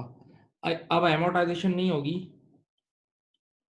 अब एमोर्टाइजेशन नहीं होगी। Amortisation is like depreciation. अब एमोर्टाइजेशन नहीं होगी, बल्कि अब साल में एक बार, कम से कम साल में एक बार इसकी इंपेयरमेंट टेस्टिंग होगी। बच्चे ने कहा, यार ये आप क्या नई चीज ले आए यार, ये इंपेयरमेंट का वर्ड क्या है? ये क्या भला बीच में आ गया? मैंने कहा, वैसे ये तुम्हारे कोर्स में नहीं है, ये कोर्स में नहीं है, पार्ट 2 के कोर्स में, लेकिन मैं तुम्हें यहाँ ये जो वर्ड बीच में है मैं समझा देता हूँ, मतलब सुकून से सुनो। देखो, एक होती है एमोर्टाइजेशन या डेप्रिसिएशन, प्लीज दिल से मेरी तरफ। एक होती है एमोर्टाइजेशन या डेप्रिसिएशन, ये क्या चीज होती है बताओ? एमोर्टाइजेशन और डेप्रिसिएशन का मतलब इधर देखो, systematic allocation of a cost of a non current asset over it's useful life. क्या क्या डेफिनेशन है? सिस्टमैटिक, ये देखो ये इसकी डेफिनेशन है, systematic allocation of cost of a non-current asset over its useful life। यानी डेप्रिसिएशन और एमोर्टाइजेशन हमेशा किसी सिस्टम को फॉलो करते हैं। डेप्रिसिएशन और एमोर्टाइजेशन हमेशा किसी सिस्टम को फॉलो करते हैं। अगर आप एसिड को बहुत ज्यादा यूज करोगे तो जल्दी जल्दी डेप्रिशिएट होगा, बहुत कम यूज करोगे तो बहुत ज्यादा साल चलेगा। तो इसका मतलब डेप्रिसिएशन और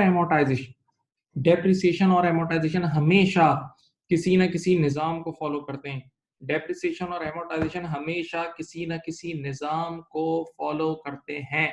ओके, बात सुने। अब इधर देखें, जबकि इंपेयरमेंट क्या है? इंपेयरमेंट बताऊं क्या है? Impairment means sudden fall. इधर देखें, sudden fall in the value of asset, sudden fall in the value of asset. जैसे मिसाल दूं, हमारी एक गाड़ी थी, खुदा ना खास्ता हिट हो गई, एक्सीडेंट हो गया, तो एक्सीडेंट का मतलब sudden fall in the value of asset. हमारी एक बिल्डिंग थी, उस बिल्डिंग के बाहर किसी ने बॉम्ब ब्लास्ट कर दिया, बॉम्ब ब्लास्ट की वजह से एकदम sudden fall in the value of asset आएगा। अच्छा, मेरे पास आईफोन 7 था, अचानक से आईफोन 8 आ गया, आईफोन 10 आ गया, आईफोन 11 आ गया, तो नया मॉडल आते ही पुराने मॉडल की प्राइस एकदम धड़ नीचे आती है। ये इम्पेयरमेंट है, ये इम्पेयरमेंट है, सही है। इसी तरह कई बार ऐसा होता है कि लोग हमारे बारे में कोई ऐसा, जैसे अभी ये कोरोना वायरस ये जो अचानक से आया, इसकी वजह से कितने ब्रांड्स गिर गए, कितनी एयरलाइंस बंद होने के करीब आ गई। तो ये इम्पेयरमेंट है, ये एक सडन अजाब है, एक सडन फॉल है, ये सब इम्पेयरमेंट है, सही है। इसी तरह कई बार लोग हमारी कोई प्रोडक्ट के बारे में कोई अफवाह, कोई र्यूमर फैल जाती है, तो उसकी वजह से भी सेल गिर जाती है, एकदम बदनामी हो जाती है। जैसे आप लोगों को याद होगा, पास में कुछ सालों पहले लेस चिप्स के बारे में, लेस चिप्स के इंग्रेडिएंट के बारे में ये बोला था ना कि उसके अंदर कोई वो सुअर और पिग की चीजें शामिल है, ये वो याद है। तो फिर जुनैद जमशेद वगैरह ये लोग आए थे टीवी पे और इन्होंने बोला था कि नहीं यार ऐसा कुछ भी नहीं है, सब पूरा एक इशू याद है अगर आपको याद हो। तो इसका मतलब इम्पेयरमेंट क्या है? Sudden fall in the value of asset, sudden fall, सही है। जबकि एमोर्टाइजेशन और डेप्रिसिएशन क्या है? Systematic allocation of cost of a non current asset over it's useful life. तो एमोर्टाइजेशन सिस्टम को, निजाम को फॉलो करती है, इम्पेयरमेंट निजाम को फॉलो नहीं करता, सही है, सडन फॉल है। तो अब जब भी आपके आपके प्रोजेक्ट की लाइफ इनडेफिनेट हो, जब कभी भी आपके इनटेंजिबल एसेट की लाइफ इनडेफिनेट लाइफ हो, तो अब आप एमोर्टाइजेशन तो नहीं करोगे, बल्कि स्टैंडर्ड ने बोला है, बल्कि स्टैंडर्ड ने कहा है कि अब कम से कम, कान खोले, कम से कम साल में एक बार इंपेयरमेंट टेस्टिंग फर्ज है। तो अब देखो, मैं इसको ईयर 0 मानता हूँ। ईयर 1 पे मिसाल के तौर पे मैंने इंपेयरमेंट टेस्टिंग की ना, तो यहाँ पर मेरे एसेट की वैल्यू आ रही है, मेरा एसेट हो गया है 8,000 रुपए का। कितने का हो गया? 8,000 रुपए का। तो अब देखो, मैं बीच में एक एंट्री बनाऊंगा, यहाँ देखें, यहाँ मैंने एक एंट्री बनाई, 10,000 का एसेट एसेट था, 10,000 रुपए का, ओरिजिनली 10 का था, 10 से 8 पे आ गया। तो मैं एंट्री बनाऊंगा P&L डेबिट 2,000, और डेवलपमेंट कॉस्ट के नाम से मेरा एसेट भी 2,000 से कम हो जाएगा। डेवलपमेंट कॉस्ट के नाम से मेरा एसेट भी 2,000 से कम हो जाएगा। तो P&L डेबिट और डेवलपमेंट कॉस्ट क्रेडिट, सही है। ओके, तो बेटा आप देखो समरी क्या होगी, समरी सुनो, समरी मैंने लिखी हुई भी है, नेक्स्ट पेज पे वो भी दिखाता हूँ। अगर प्रोजेक्ट की लाइफ फाइनाइट है, अगर इनटेंजिबल एसेट की लाइफ क्या है? फाइनाइट, तो जिस दिन इनटेंजिबल एसेट लॉन्च होगा उस दिन से एमोर्टाइज होना शुरू हो जाएगा, सही है। और अगर इनडेफिनेट लाइफ है तो बेटा फिर एमोर्टाइजेशन नहीं होगी, फिर एटलीस्ट एनुअली इंपेयरमेंट टेस्टिंग होगी, फिर कम से कम साल में एक बार इंपेयरमेंट टेस्टिंग होगी, सही है। I hope you got the point, please note it down.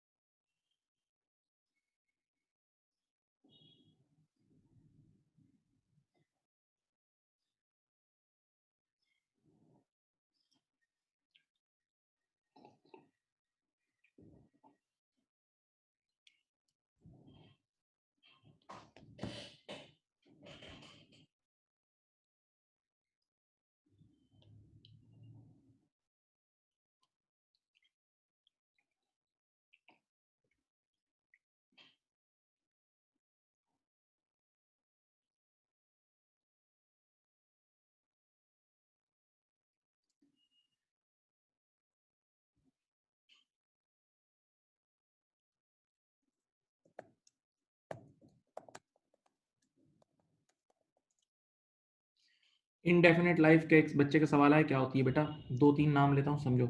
Indefinite life का मतलब वो life which can not be calculated, जो लाइफ कैलकुलेट ही ना हो पा रही हो।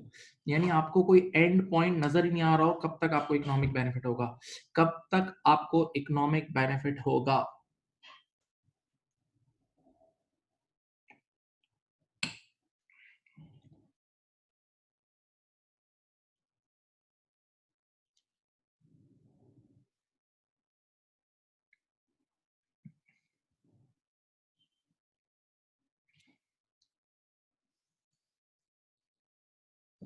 एमोर्टाइजेशन की एंट्री वही डेप्रिसिएशन की तरह ही है। एमोर्टाइजेशन एक्सपेंस डेबिट और एक्यूमुलेटेड एमोर्टाइजेशन क्रेडिट।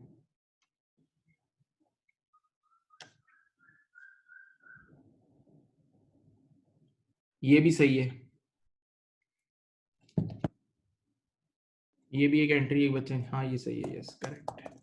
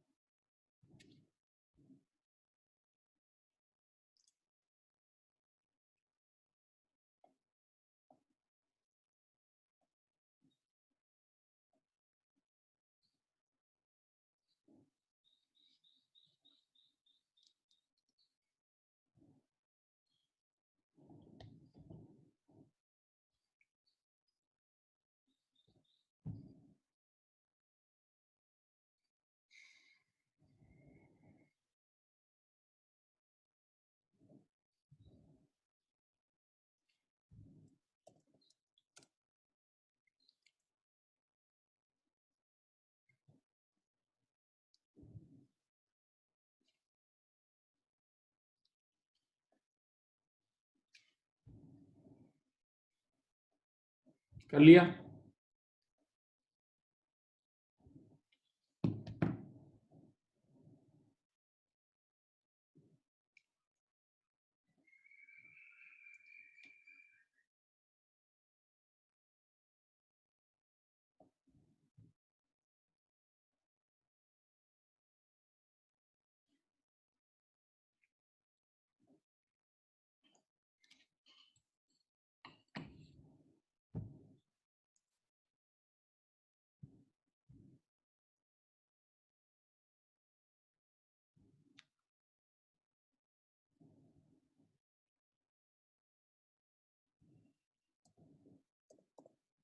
लिख लिया ना?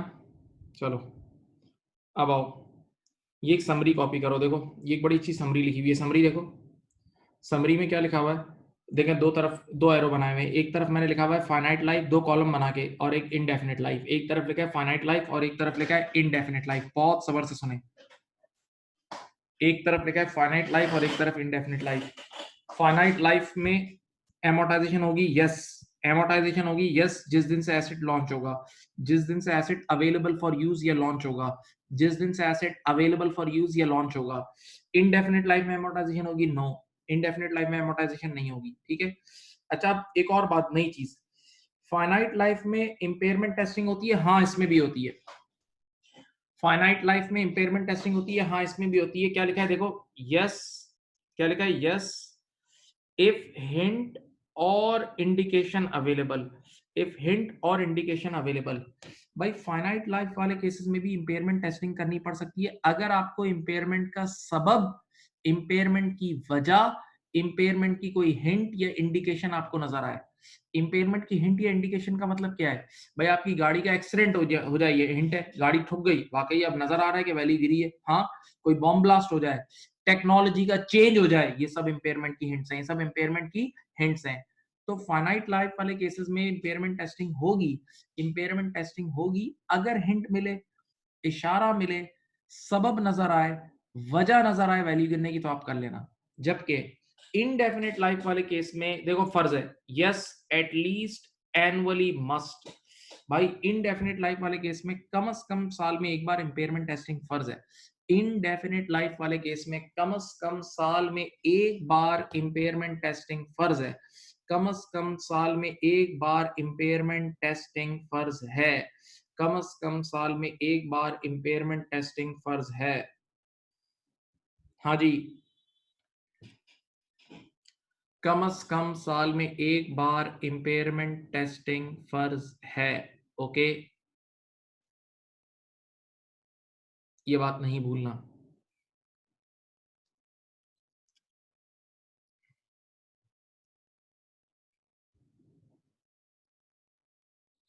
इसको लिख भी लो प्लीज, ये लिखो। अच्छा है, जितना लिखोगे समरी बनाओगे उतना जहन में रहेगा। लिखो लिखो लिखो लिखो।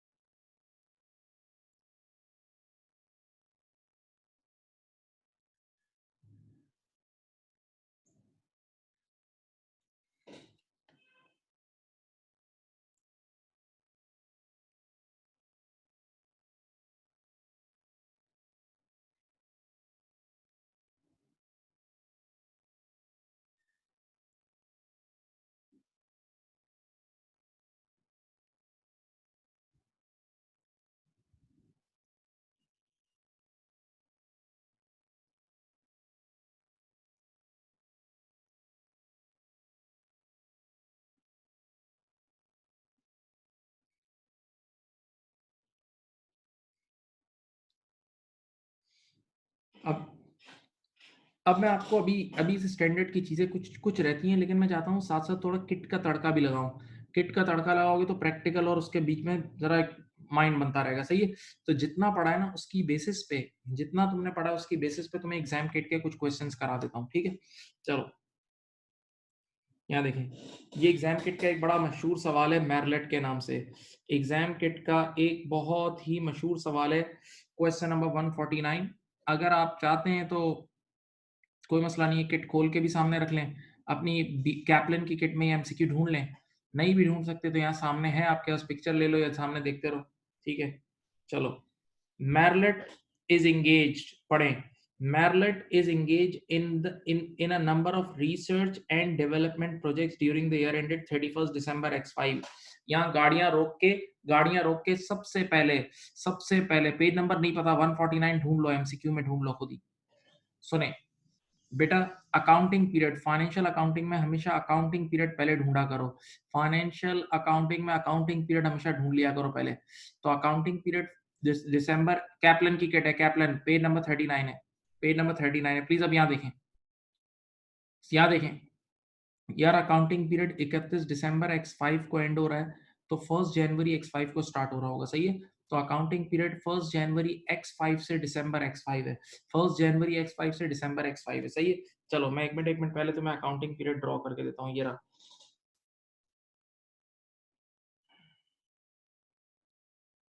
ठीक है, एक बना दिया। ठीक है,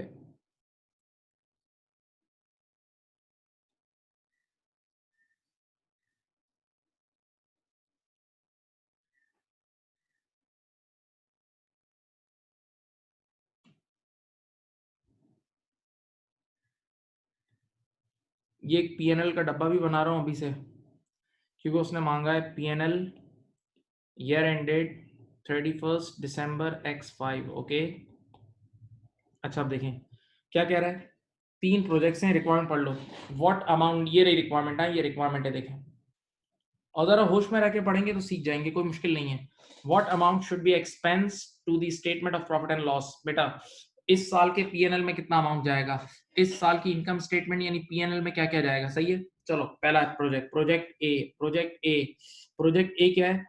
अब देखो मैं रीड कर रहा हूँ, आप लोग देखना, देखो आप लोग देखते हैं, आप लोग कितना समझ में आता है। लिखा हुआ है प्रोजेक्ट ए के बारे में, अ प्रोजेक्ट टू इन्वेस्टिगेट।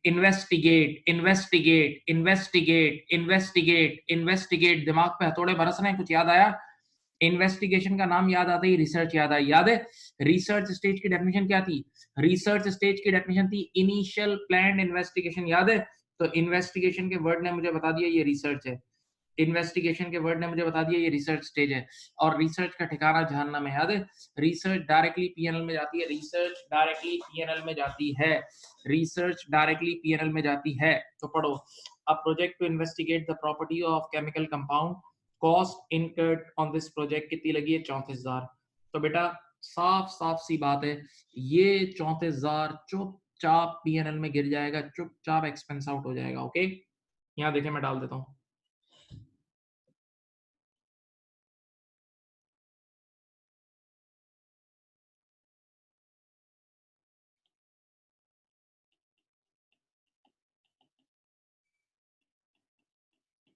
ठीक है, प्रोजेक्ट ए का 34,000 एक सेकंड में पीएनएल में चले गया।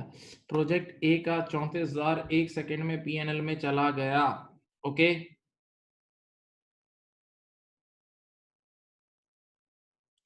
प्रोजेक्ट ए का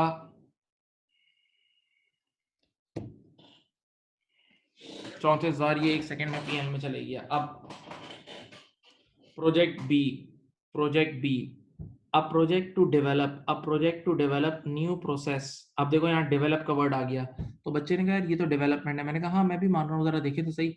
अ project to develop new process which will save production time in the manufacture of widgets, this project commence. बेटा प्रोजेक्ट शुरू हो गया था 1 जनवरी से, कोई मसला नहीं है। प्रोजेक्ट अकाउंटिंग पीरियड के पहले दिन ही स्टार्ट हो गया, लेकिन देखते हैं क्राइटेरिया कब मीट हुआ। पढ़ो, and met the capitalization criteria on 31 August x5। यहाँ यार 31 अगस्त x5, 31 अगस्त x5 को क्राइटेरिया मीट हुआ। इसका मतलब 31 अगस्त x5 से पहले पहले क्राइटेरिया मीट नहीं हुआ था। तो जो शुरू के 8 महीने होंगे ना, जनवरी से अगस्त तक के, जनवरी से अगस्त तक के 8 महीने में कोई क्राइटेरिया मीट नहीं हुआ था, तो उसमें जो भी खर्चा है वो सब एक्सपेंस है, तो सब का सब एक्सपेंस है। सही है। The cost incurred during X5 was 78870 to 31 August. देखा, पहले 8 महीने की कॉस्ट कितनी लगी है? 78870, और उसके बाद लगी है 27,800। ये हमारा एसेट है, 27,800 हमारा एसेट है। इधर देखो, तो देखो ये रहा, अकाउंटिंग पीरियड बना के समझाता हूँ। ये 1 जनवरी X5 है बेटा, ये 31 दिसंबर X5 है। देख लें, ये आसान पार्ट था। यहाँ देखें, इधर देखें, ये 31 अगस्त है। यहाँ जो भी खर्चा लगा है ना 78870 बेटा, ये सब एक्सपेंस है। हाँ, उसके बाद जो भी खर्चा लगा है वो एसेट है, और वो कितने का एसेट है? 27,800, 27,800। अब एक सवाल है यार, एक्सपेंस तो पीएल में चला जाएगा, जो 27,800 है, जो 27,800 का एसेट है, क्या वो डेप्रिशिएट होगा, वो एमोटाइज होगा? नहीं, क्योंकि जब तक प्रोजेक्ट लॉन्च ना हो जाए एमोटाइज नहीं होता। जब तक प्रोजेक्ट कंप्लीट होके लॉन्च ना हो जाए एमोटाइज नहीं होता, और ये प्रोजेक्ट कंप्लीट नहीं हुआ, कहीं नहीं लिखा कंप्लीट हुआ है। तो ऐसी सूरत हाल में बस ये 78870, ये देखो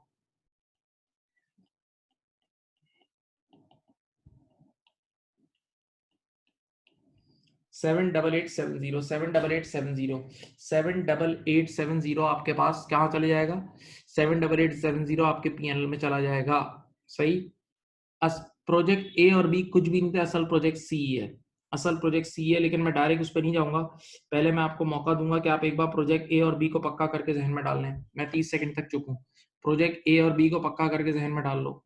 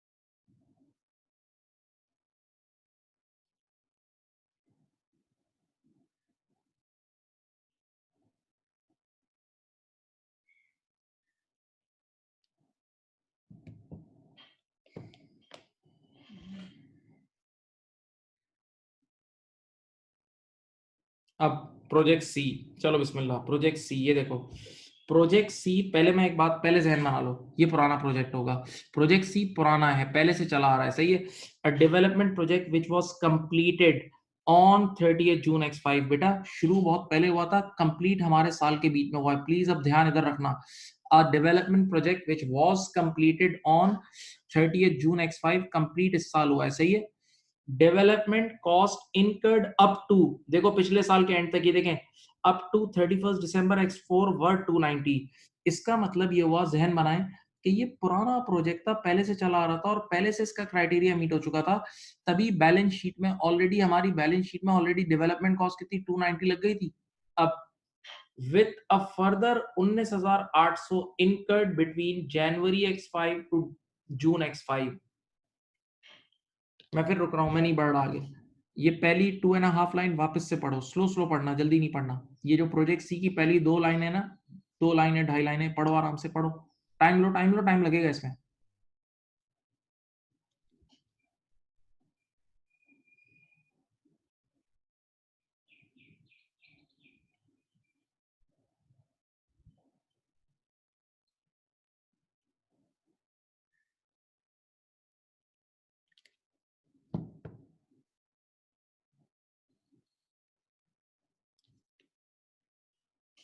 चलो यहाँ देखिए, मैं आपको बात समझाता हूँ। ये देखें, आपका अकाउंटिंग पीरियड नजर आ रहा है, ये अकाउंटिंग पीरियड यहाँ 1 जनवरी x5 को शुरू हो रहा है, देखो सब देखो, खत्म होगा ये वाला साल 31 दिसंबर x5 को, पूरी क्लास देख ले। अच्छा भाई, ये है ईयर का मिड, ये है 30 जून x5, ठीक है। उसने साफ इंग्लिश में बोला था कि 30 जून x5 को तो हमारा प्रोजेक्ट कंप्लीट हो रहा है, लेकिन ये प्रोजेक्ट शुरू हुआ था बहुत पहले से, बहुत पुराना प्रोजेक्ट है, हमारे अकाउंटिंग पीरियड से ही पुराना प्रोजेक्ट है, और पहले से इसका क्राइटेरिया मीट हो गया था। तो पास्ट में जो आज तक ऑलरेडी डेवलपमेंट कॉस्ट लग चुकी थी ना, तो 31 दिसंबर x4 तक, बेटा 1 जनवरी x5 से एक दिन पीछे जाओ, 1 जनवरी x5 से एक दिन पीछे जाओगे तो 31 दिसंबर x4 आ जाएगा ना। तो यहां तक, यहाँ देखो, यहां तक ऑलरेडी 2,90,000 का एसेट रिकॉर्ड हो चुका था, यहां तक 2,90,000 का एसेट रिकॉर्ड हो चुका था, चाहो तो क्वेश्चन में फिर पढ़ लो, यहां तक 2,90,000 का एसेट, 2,90,000 का एसेट ऑलरेडी रिकॉर्ड हो चुका था, लेकिन अभी भी प्रोजेक्ट कंप्लीट नहीं हुआ। तो बच्चों ने कहा फिर इस 6 महीने में और पैसे लगे जी, इस 6 महीने में 19,800 और लगे, इस 6 महीने में जाके पढ़ लो, 19,800 और लगे। दिमाग से सोचो, ऑलरेडी 2,90,000 कैपिटलाइज हो चुका था, ऑलरेडी 2,90,000 कैपिटलाइज हो चुका था, अब 19,800 और लगा, 19,800 और कैपिटलाइज हुआ, तो 290 प्लस 19,800, 2,90,000 प्लस 19,800, ये होता है 309,800। बेटा ये वो डेवलपमेंट कॉस्ट है, जिस दिन प्रोजेक्ट कंप्लीट हुआ, जिस दिन प्रोजेक्ट कंप्लीट हुआ उस दिन इतनी डेवलपमेंट कॉस्ट कैपिटलाइज हो चुकी थी, जिस दिन प्रोजेक्ट कंप्लीट हुआ उस दिन इतनी डेवलपमेंट कॉस्ट कैपिटलाइज हो चुकी थी, जिस दिन प्रोजेक्ट कंप्लीट हुआ उस दिन टोटल कैपिटलाइज डेवलपमेंट कॉस्ट ये थी, ठीक है। अब एक बार प्रोजेक्ट कंप्लीट होता है उसके बाद लॉन्च होता है, उसके बाद लॉन्च होता है और फिर एमोटाइज होता है। मैं फिर 1 मिनट चुप हूं, आप देख लें, और फिर मैं ऊपर जाके वापस आपको पढ़ाता हूं, ताकि आप लोग की एनर्जी लगनी, आपकी एनर्जी लगना जरूरी है।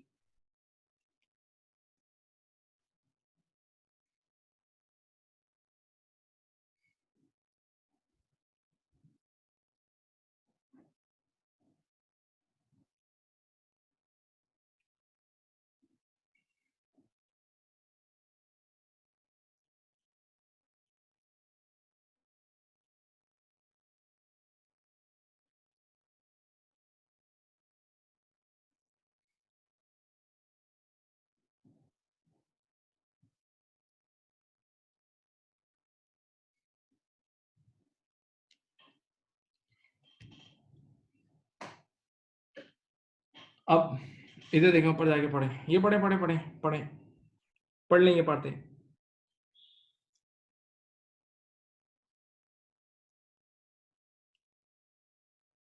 पढ़ लें अच्छी तरह, 2.5 महीना पढ़ लें, थोड़ी सी एनर्जी लगानी होगी, सीख जाओगे। अब देखते हैं, बेटा नॉर्मली तो ऐसा ही होता है कितने सवालात में, जिस दिन प्रोजेक्ट कंप्लीट होता है उसी दिन लॉन्च हो जाता है, जिस दिन कंप्लीट होता है उसी दिन लॉन्च हो जाता है, लेकिन कभी कभार कंप्लीट होने के 2-3 महीने बाद लॉन्च होता है।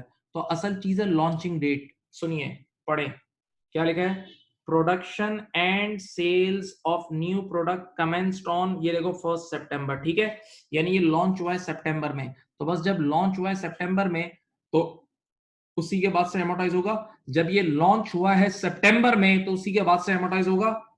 And are expected to last कितना है 36 months, and are expected to last है 36 मंथ्स। बेटा देखो इसकी फाइनाइट लाइफ गिवन है, 36 महीने इसकी फाइनाइट जिंदगी गिवन है।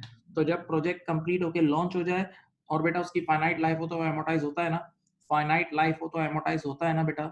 चलो मैं एमोटाइज करके बताता हूँ, देखो इधर देखो, यहाँ देखो, मैं तुम्हें एमोटाइजेशन करके बताता हूँ। ये रहा, यहाँ सितंबर से, हाँ देखो 1 सितंबर से ये लॉन्च हुआ है। ये देखो इधर क्या होगी एमोटाइजेशन, बच्चों की तरह सुनो। सिंपल फॉर्मूला बताया था, जो भी कैपिटलाइज डेवलपमेंट कॉस्ट है कितनी है 309800 डिवाइडेड बाय 36 मंथ्स। यार 309800 को डिवाइड बाय 36 महीने करेंगे तो एक महीने की आ जाएगी, एक महीने की आ जाएगी। और इस साल हमने कितने महीने कमाया है, इस साल इस प्रोजेक्ट से हमने सितंबर, अक्टूबर, नवंबर और दिसंबर 4 महीने कमाया है। इस साल हमने इस प्रोजेक्ट से सितंबर, अक्टूबर, नवंबर और दिसंबर 4 महीने कमाया है। तो एक महीने की निकाल के मल्टीप्लाई बाय 4 कर दो। चलो एक महीने की कितनी आ रही है देखते हैं, 309800 डिवाइडेड बाय 36, ये आ रही है 8605 पर मंथ आ रही है। मल्टीप्लाई बाय 4 कर लो, मल्टीप्लाई बाय 4 कर लो भाइयों, ये 34222 34422 आ रही है, सही है। ये आपकी एमोटाइजेशन आ गई, ये देख लो भाई, ये आ गई एमोटाइजेशन। यहाँ इधर देखें एमोटाइजेशन आ गई 34422, 34422। मेरे बच्चों इतनी अकल तुम सब रखते हो कि एमोटाइजेशन ही वो चीज है जो पीएनएल में जाती है। तो ये वाला प्रोजेक्ट तो एसेट रिकॉर्ड हुआ हुआ है ना, प्रोजेक्ट सी तो हमने कैपिटलाइज किया है तो ये एसेट रिकॉर्ड हुआ है, तो बस इसका एमोटाइजेशन, बस इसकी एमोटाइजेशन यानी इसकी डेप्रिसिएशन पीएनएल में जाएगी। तो इधर देखें, प्रोजेक्ट सी से रिलेटेड सिर्फ क्या जाएगी, प्रोजेक्ट सी की सिर्फ जाएगी एमोटाइजेशन, कितनी है वो 34422। लीजिए जनाब आपका क्वेश्चन हो गया, देख लें टोटल एक्सपेंस कितना जाएगा, टोटल एक्सपेंस कितना जाएगा बताओ, टोटल एक्सपेंस कितना जाएगा जी, 147292 जी, ये रहा आंसर, 147292 का एक्सपेंस चला जाएगा। टोटल एक्सपेंस जो इनकम स्टेटमेंट में जाएगा वो जाएगा 147292। भाई ये 290,000 एक्सपेंस नहीं है बेटा, एसेट है, डेवलपमेंट है ना। और एक बार डेवलपमेंट प्रोजेक्ट कंफर्म है तो फिर ये एसेट है ना।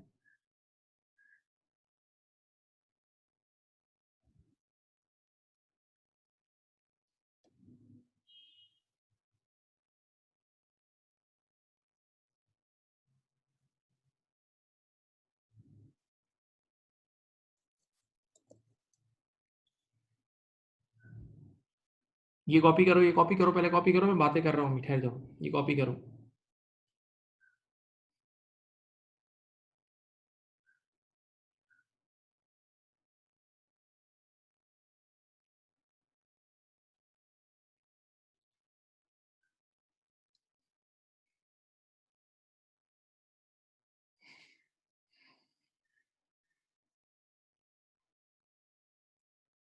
दे रहा हूँ बेटा, कोई रिकैप दे रहा हूँ, बेफिक्र हो जाओ।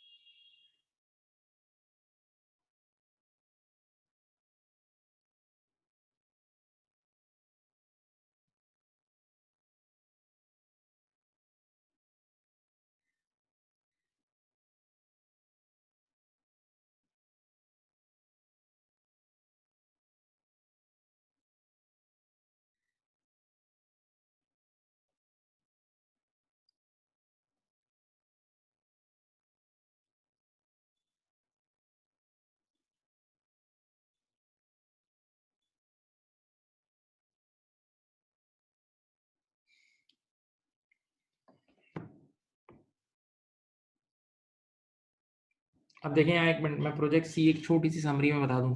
प्रोजेक्ट सी हमारे अकाउंटिंग पीरियड से पहले से शुरू हो चुका था और पहले से ही उसकी 6 कंडीशन मीट हो चुकी थी। तो पास में वो आज तक ऑलरेडी इस साल के बिगनिंग तक ऑलरेडी 2,90,000 2,90,000 का एसेट रिकॉर्ड हो चुका था। लेकिन अभी भी प्रोजेक्ट कंप्लीट होना बाकी था। तो अभी हमारे इस साल के जो पहले 6 महीने थे ना, उसमें और 19,800 का खर्चा हुआ। इस साल के जो पहले 6 महीने थे उसमें 19,800 का और खर्चा हुआ, ठीक है? तो ऑलरेडी 290,000 का एसेट रिकॉर्ड हो चुका था। 19,800 का और एसेट रिकॉर्ड हुआ। तो टोटल कैपिटलाइज्ड डेवलपमेंट कॉस्ट जिस दिन प्रोजेक्ट कंप्लीट हुआ, 30 जून को जब प्रोजेक्ट कंप्लीट हुआ, तो टोटल कैपिटलाइज्ड डेवलपमेंट कॉस्ट कितनी थी? 309,800। अब नॉर्मली जिस दिन प्रोजेक्ट कंप्लीट होता है उसी दिन लॉन्च हो जाता है।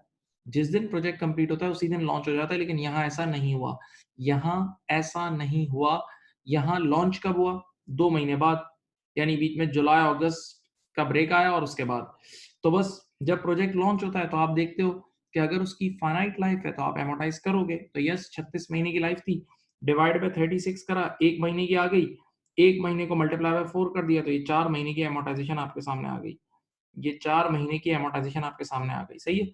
अब मैं एक एक्स्ट्रा चीज़ आपको बता रहा हूँ, इस सवाल में उसने नहीं माँगी लेकिन फिर भी बता रहा हूँ। अगर वो एग्ज़ामिनर आपसे बोलता है कि बताएँ ईयर एंड पर एसेट की एनबीवी, इस वाले प्रोजेक्ट की एनबीवी क्या है? तो बताओ, ये प्रोजेक्ट की कॉस्ट थी 309,800, ये देखो, इस प्रोजेक्ट की टोटल कॉस्ट थी, यानी टोटल एसेट था 309,800 का। इस प्रोजेक्ट का एसेट था 309,800 का, और इसमें से कितना डेप्रिशिएट हो गया ये देखो, 34422 का डेप्रिशिएट हो गया। तो ज़रा डिफरेंस ले लें। 309,800, 309,800 माइनस 34422, 275,378, ये इसकी एनबीवी आती है। अगर इन केस वो एनबीवी मांग लेता ना, वैसे तो नहीं मांगी उसने, अगर वो इन केस एनबीवी मांग लेता तो एनबीवी आती 275,378। एनबीवी आती मेरे प्यारे प्यारे बच्चों 275,378।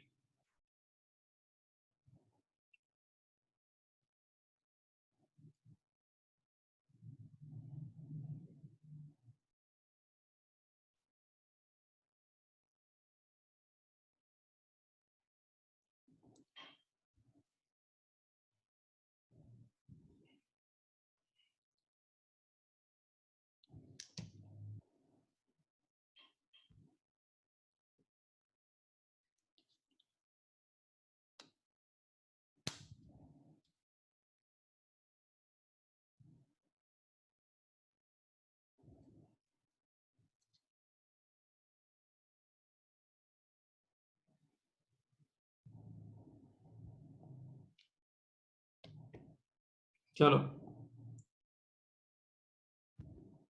ये एक सवाल ट्राई करें, अभी आसान सवाल आते हैं, चलें करें।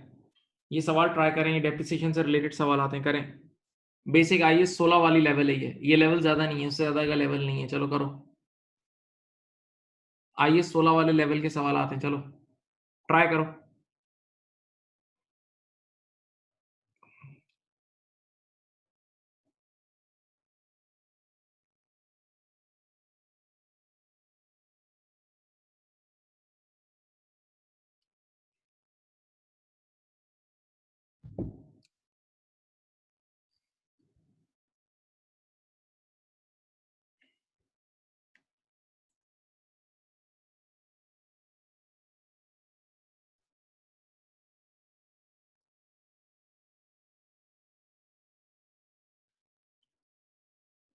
ये वो वाले सवाल ही नहीं है, ये जो अभी मैं सवाल कर रहा था उससे बिल्कुल हटके हैं, जनरल सवाल आते हैं, जनरल सवाल आते हैं, देख लो, बिल्कुल जनरल है।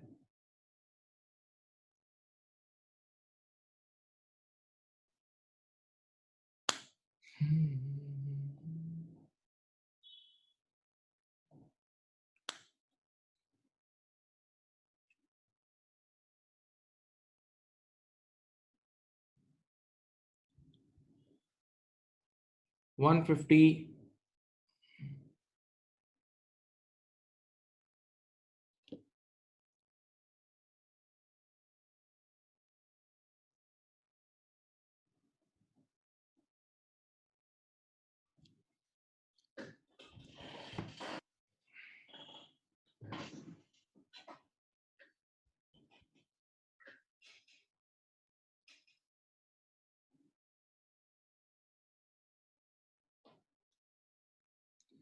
चलो मैं आपको पहले एक बुनियादी बात सिखा देता हूँ जो आप लोगों को पता भी होगी, वैसे तो हर एक को पता है, बेसिक बच्चे को भी पता होती है, ओ लेवल वाले को। देखो सुनो, पहले डेप्रिसिएशन का एक फलसफा समझाता हूँ। देखो, एक एसेट की कॉस्ट है मिसाल के तौर पे 20,000, ओरिजिनल कॉस्ट है 20,000, और अगर उसकी एक्यूमुलेटेड डेप्रिसिएशन है 6,000, सही है। एक एसेट की कॉस्ट है 20 और उसकी एक्यूमुलेटेड डेप्रिसिएशन है 6,000, तो बताओ उसकी एनबीवी क्या होगी? 14। एनबीवी कितनी होगी? 14। सब बच्चे यहाँ देख लो, सीख लो, बहुत आसान काम है, अब मुश्किल काम नहीं है ये आईएएस से रिलेटेड ही नहीं है, ये जनरल डेप्रिसिएशन का सवाल है। 20 की कॉस्ट है, 6 की एक्यूमुलेटेड डेप्रिसिएशन, तो 14 की एनबीवी होगी। हाँ, तो कभी नहीं भूलना कि अगर तुम इस इधर देखो मेरे मार्कर को देखो, तुम एनबीवी और इस एक्यूमुलेटेड डेप्रिसिएशन को ऐड कर दो, तुम एनबीवी और इस एक्यूमुलेटेड डेप्रिसिएशन को ऐड कर दो तो ऑटोमेटिकली कॉस्ट नहीं आ जाएगी? तुम एनबीवी और एक्यूमुलेटेड डेप्रिसिएशन को ऐड कर दो तो कॉस्ट आ जाएगी, ओरिजिनल कॉस्ट आ जाएगी।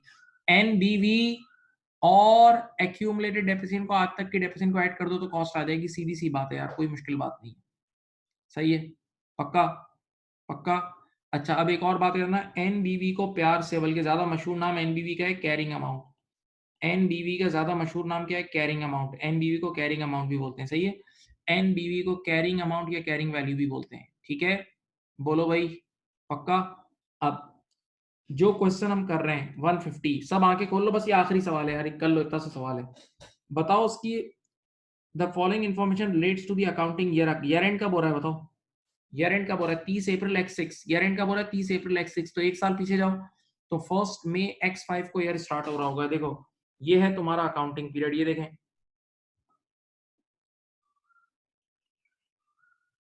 ये देखो, आपका अकाउंटिंग पीरियड है 1 x5 टू 30 अप्रैल x6, सही है भाई, ये अकाउंटिंग पीरियड है। अब पढ़ें, कह रहे हैं अ ब्रांड, इसके ब्रांड एक नॉन इंटेंजिबल एसेट है, उसकी कैरिंग अमाउंट कितनी है? 44,880। किस दिन? ईयर के स्टार्टिंग, ये देख लो, ईयर के स्टार्टिंग, इधर देखो बच्चों, ईयर के स्टार्टिंग की तुम्हारे पास एनबीवी है कितनी? 44,880, 44,880, सही है। अब देखते हैं, ईयर के स्टार्टिंग की एक्यूमुलेटेड एमोर्टाइजेशन भी गिवन होगी, ईयर के स्टार्टिंग की एक्यूमुलेटेड एमोर्टाइजेशन भी गिवन होगी, एक्यूमुलेटेड एमोर्टाइजेशन भी गिवन होगी, तो आप ओरिजिनल कॉस्ट भी निकाल सकते हो ब्रांड की। आप ब्रांड की ओरिजिनल, सुनो, Arnold company amortises the brand on straight line basis, very good, important information है। ओरिजिनल लाइफ कितनी थी? It had an estimated useful life of 8 years, original life 8 साल थी, भूलना नहीं। चलो, with no residual value, very good. At the end of the previous accounting period, पिछले साल का एंड का मतलब इस साल का बिगनिंग, पिछले साल का एंड का मतलब इस साल का बिगनिंग। कह रहा है देयर वाज, बस आ गई inform, there was accumulated amortisation यानी एक्यूमुलेटेड डेप्रिसिएशन ऑफ 20,400। बेटा, पिछले साल के एंड तक यानी इस साल के बिगनिंग तक एक्यूमुलेटेड एमोर्टाइजेशन थी 20,400, कितनी थी? 20,400। चलो इधर देखो, ये रही तुम्हारी एनबीवी, ये रही एक्यूमुलेटेड एमोर्टाइजेशन। कोई बच्चा कॉस्ट बता सकता है? कोई अल्लाह का वली, कोई अल्लाह का वली मुझे कॉस्ट बता सकता है? कोई अल्लाह का वली मुझे कॉस्ट बता सकता है भाई?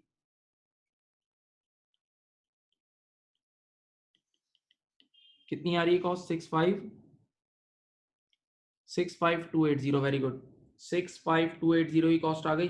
हाँ, अच्छा, अब देखो, तुमने रिवैल्यूएशन भी मेरे साथ पढ़ा हुआ है, 65280 कॉस्ट है। तुम्हें तुम्हारे टीचर्स ने सिखाया कि स्ट्रेट लाइन मेथड में, स्ट्रेट लाइन मेथड में हमेशा कॉस्ट से डिवाइड करते हैं ना, कभी भी स्ट्रेट लाइन मेथड में डेप्रिसिएशन निकालनी है तो कॉस्ट से डिवाइड करते हैं। तो अब अगर इसकी एक साल की एमोर्टाइजेशन निकालनी है तो इसकी कॉस्ट कितनी है? 65280, और ओरिजिनल लाइफ थी 8 साल। स्ट्रेट लाइन में होता ही है, original cost divide bye original life, original cost divide bye original life. अगर स्ट्रेट लाइन मेथड में पर ईयर निकालना है 8160, very good. Straight line method के हिसाब से पर ईयर आ गई 8160, तो इसकी एक साल की एमोर्टाइजेशन आ गई 8160। अब मुझे बताओ, ये फॉर द ईयर की, हाँ, क्या कोई मुझे बच्चा ये बता सकता है कि इसकी ईयर के एंड पे एक्यूमुलेटेड एमोर्टाइजेशन कितनी होगी? ईयर के एंड पे एक्यूमुलेटेड एमोर्टाइजेशन, सुनो, यहां देखें, ईयर के स्टार्टिंग में, सब बच्चे यहां देखें, ईयर के स्टार्टिंग में ये एसेट, ईयर के स्टार्टिंग में ये एसेट 20,400 तक ऑलरेडी डेप्रिशिएट हो चुका है। ईयर के स्टार्टिंग में ये एसेट ऑलरेडी 20,400 से डेप्रिशिएट हो चुका है। हाँ, और इस साल और कितना हुआ? 8160। ईयर के स्टार्टिंग में ऑलरेडी 20,400 से डेप्रिशिएट हो चुका है, इस साल 8160 से और डेप्रिशिएट हुआ। तो बताओ, दोनों को ऐड करके बताओ, ईयर के एंड पे कितनी एक्यूमुलेटेड एमोर्टाइजेशन आ गई? 28560। ईयर के एंड पे आ गई 28560। सवाल हो गया है, सवाल सॉल्व हो चुका है, सवाल अल्हम्दुलिल्लाह सॉल्व हो चुका है।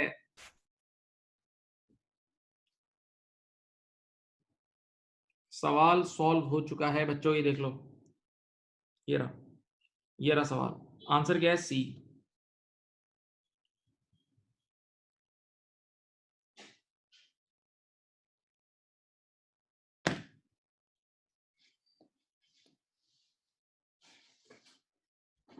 Answer is C.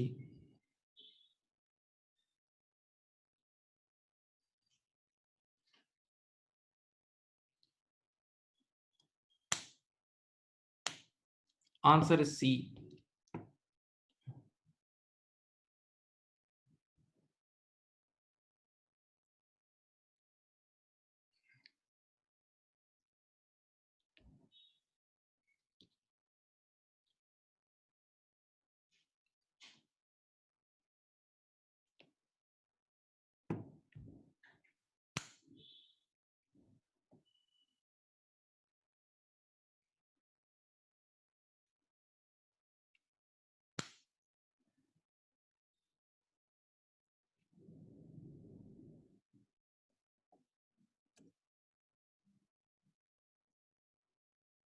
चलें, कर लिया?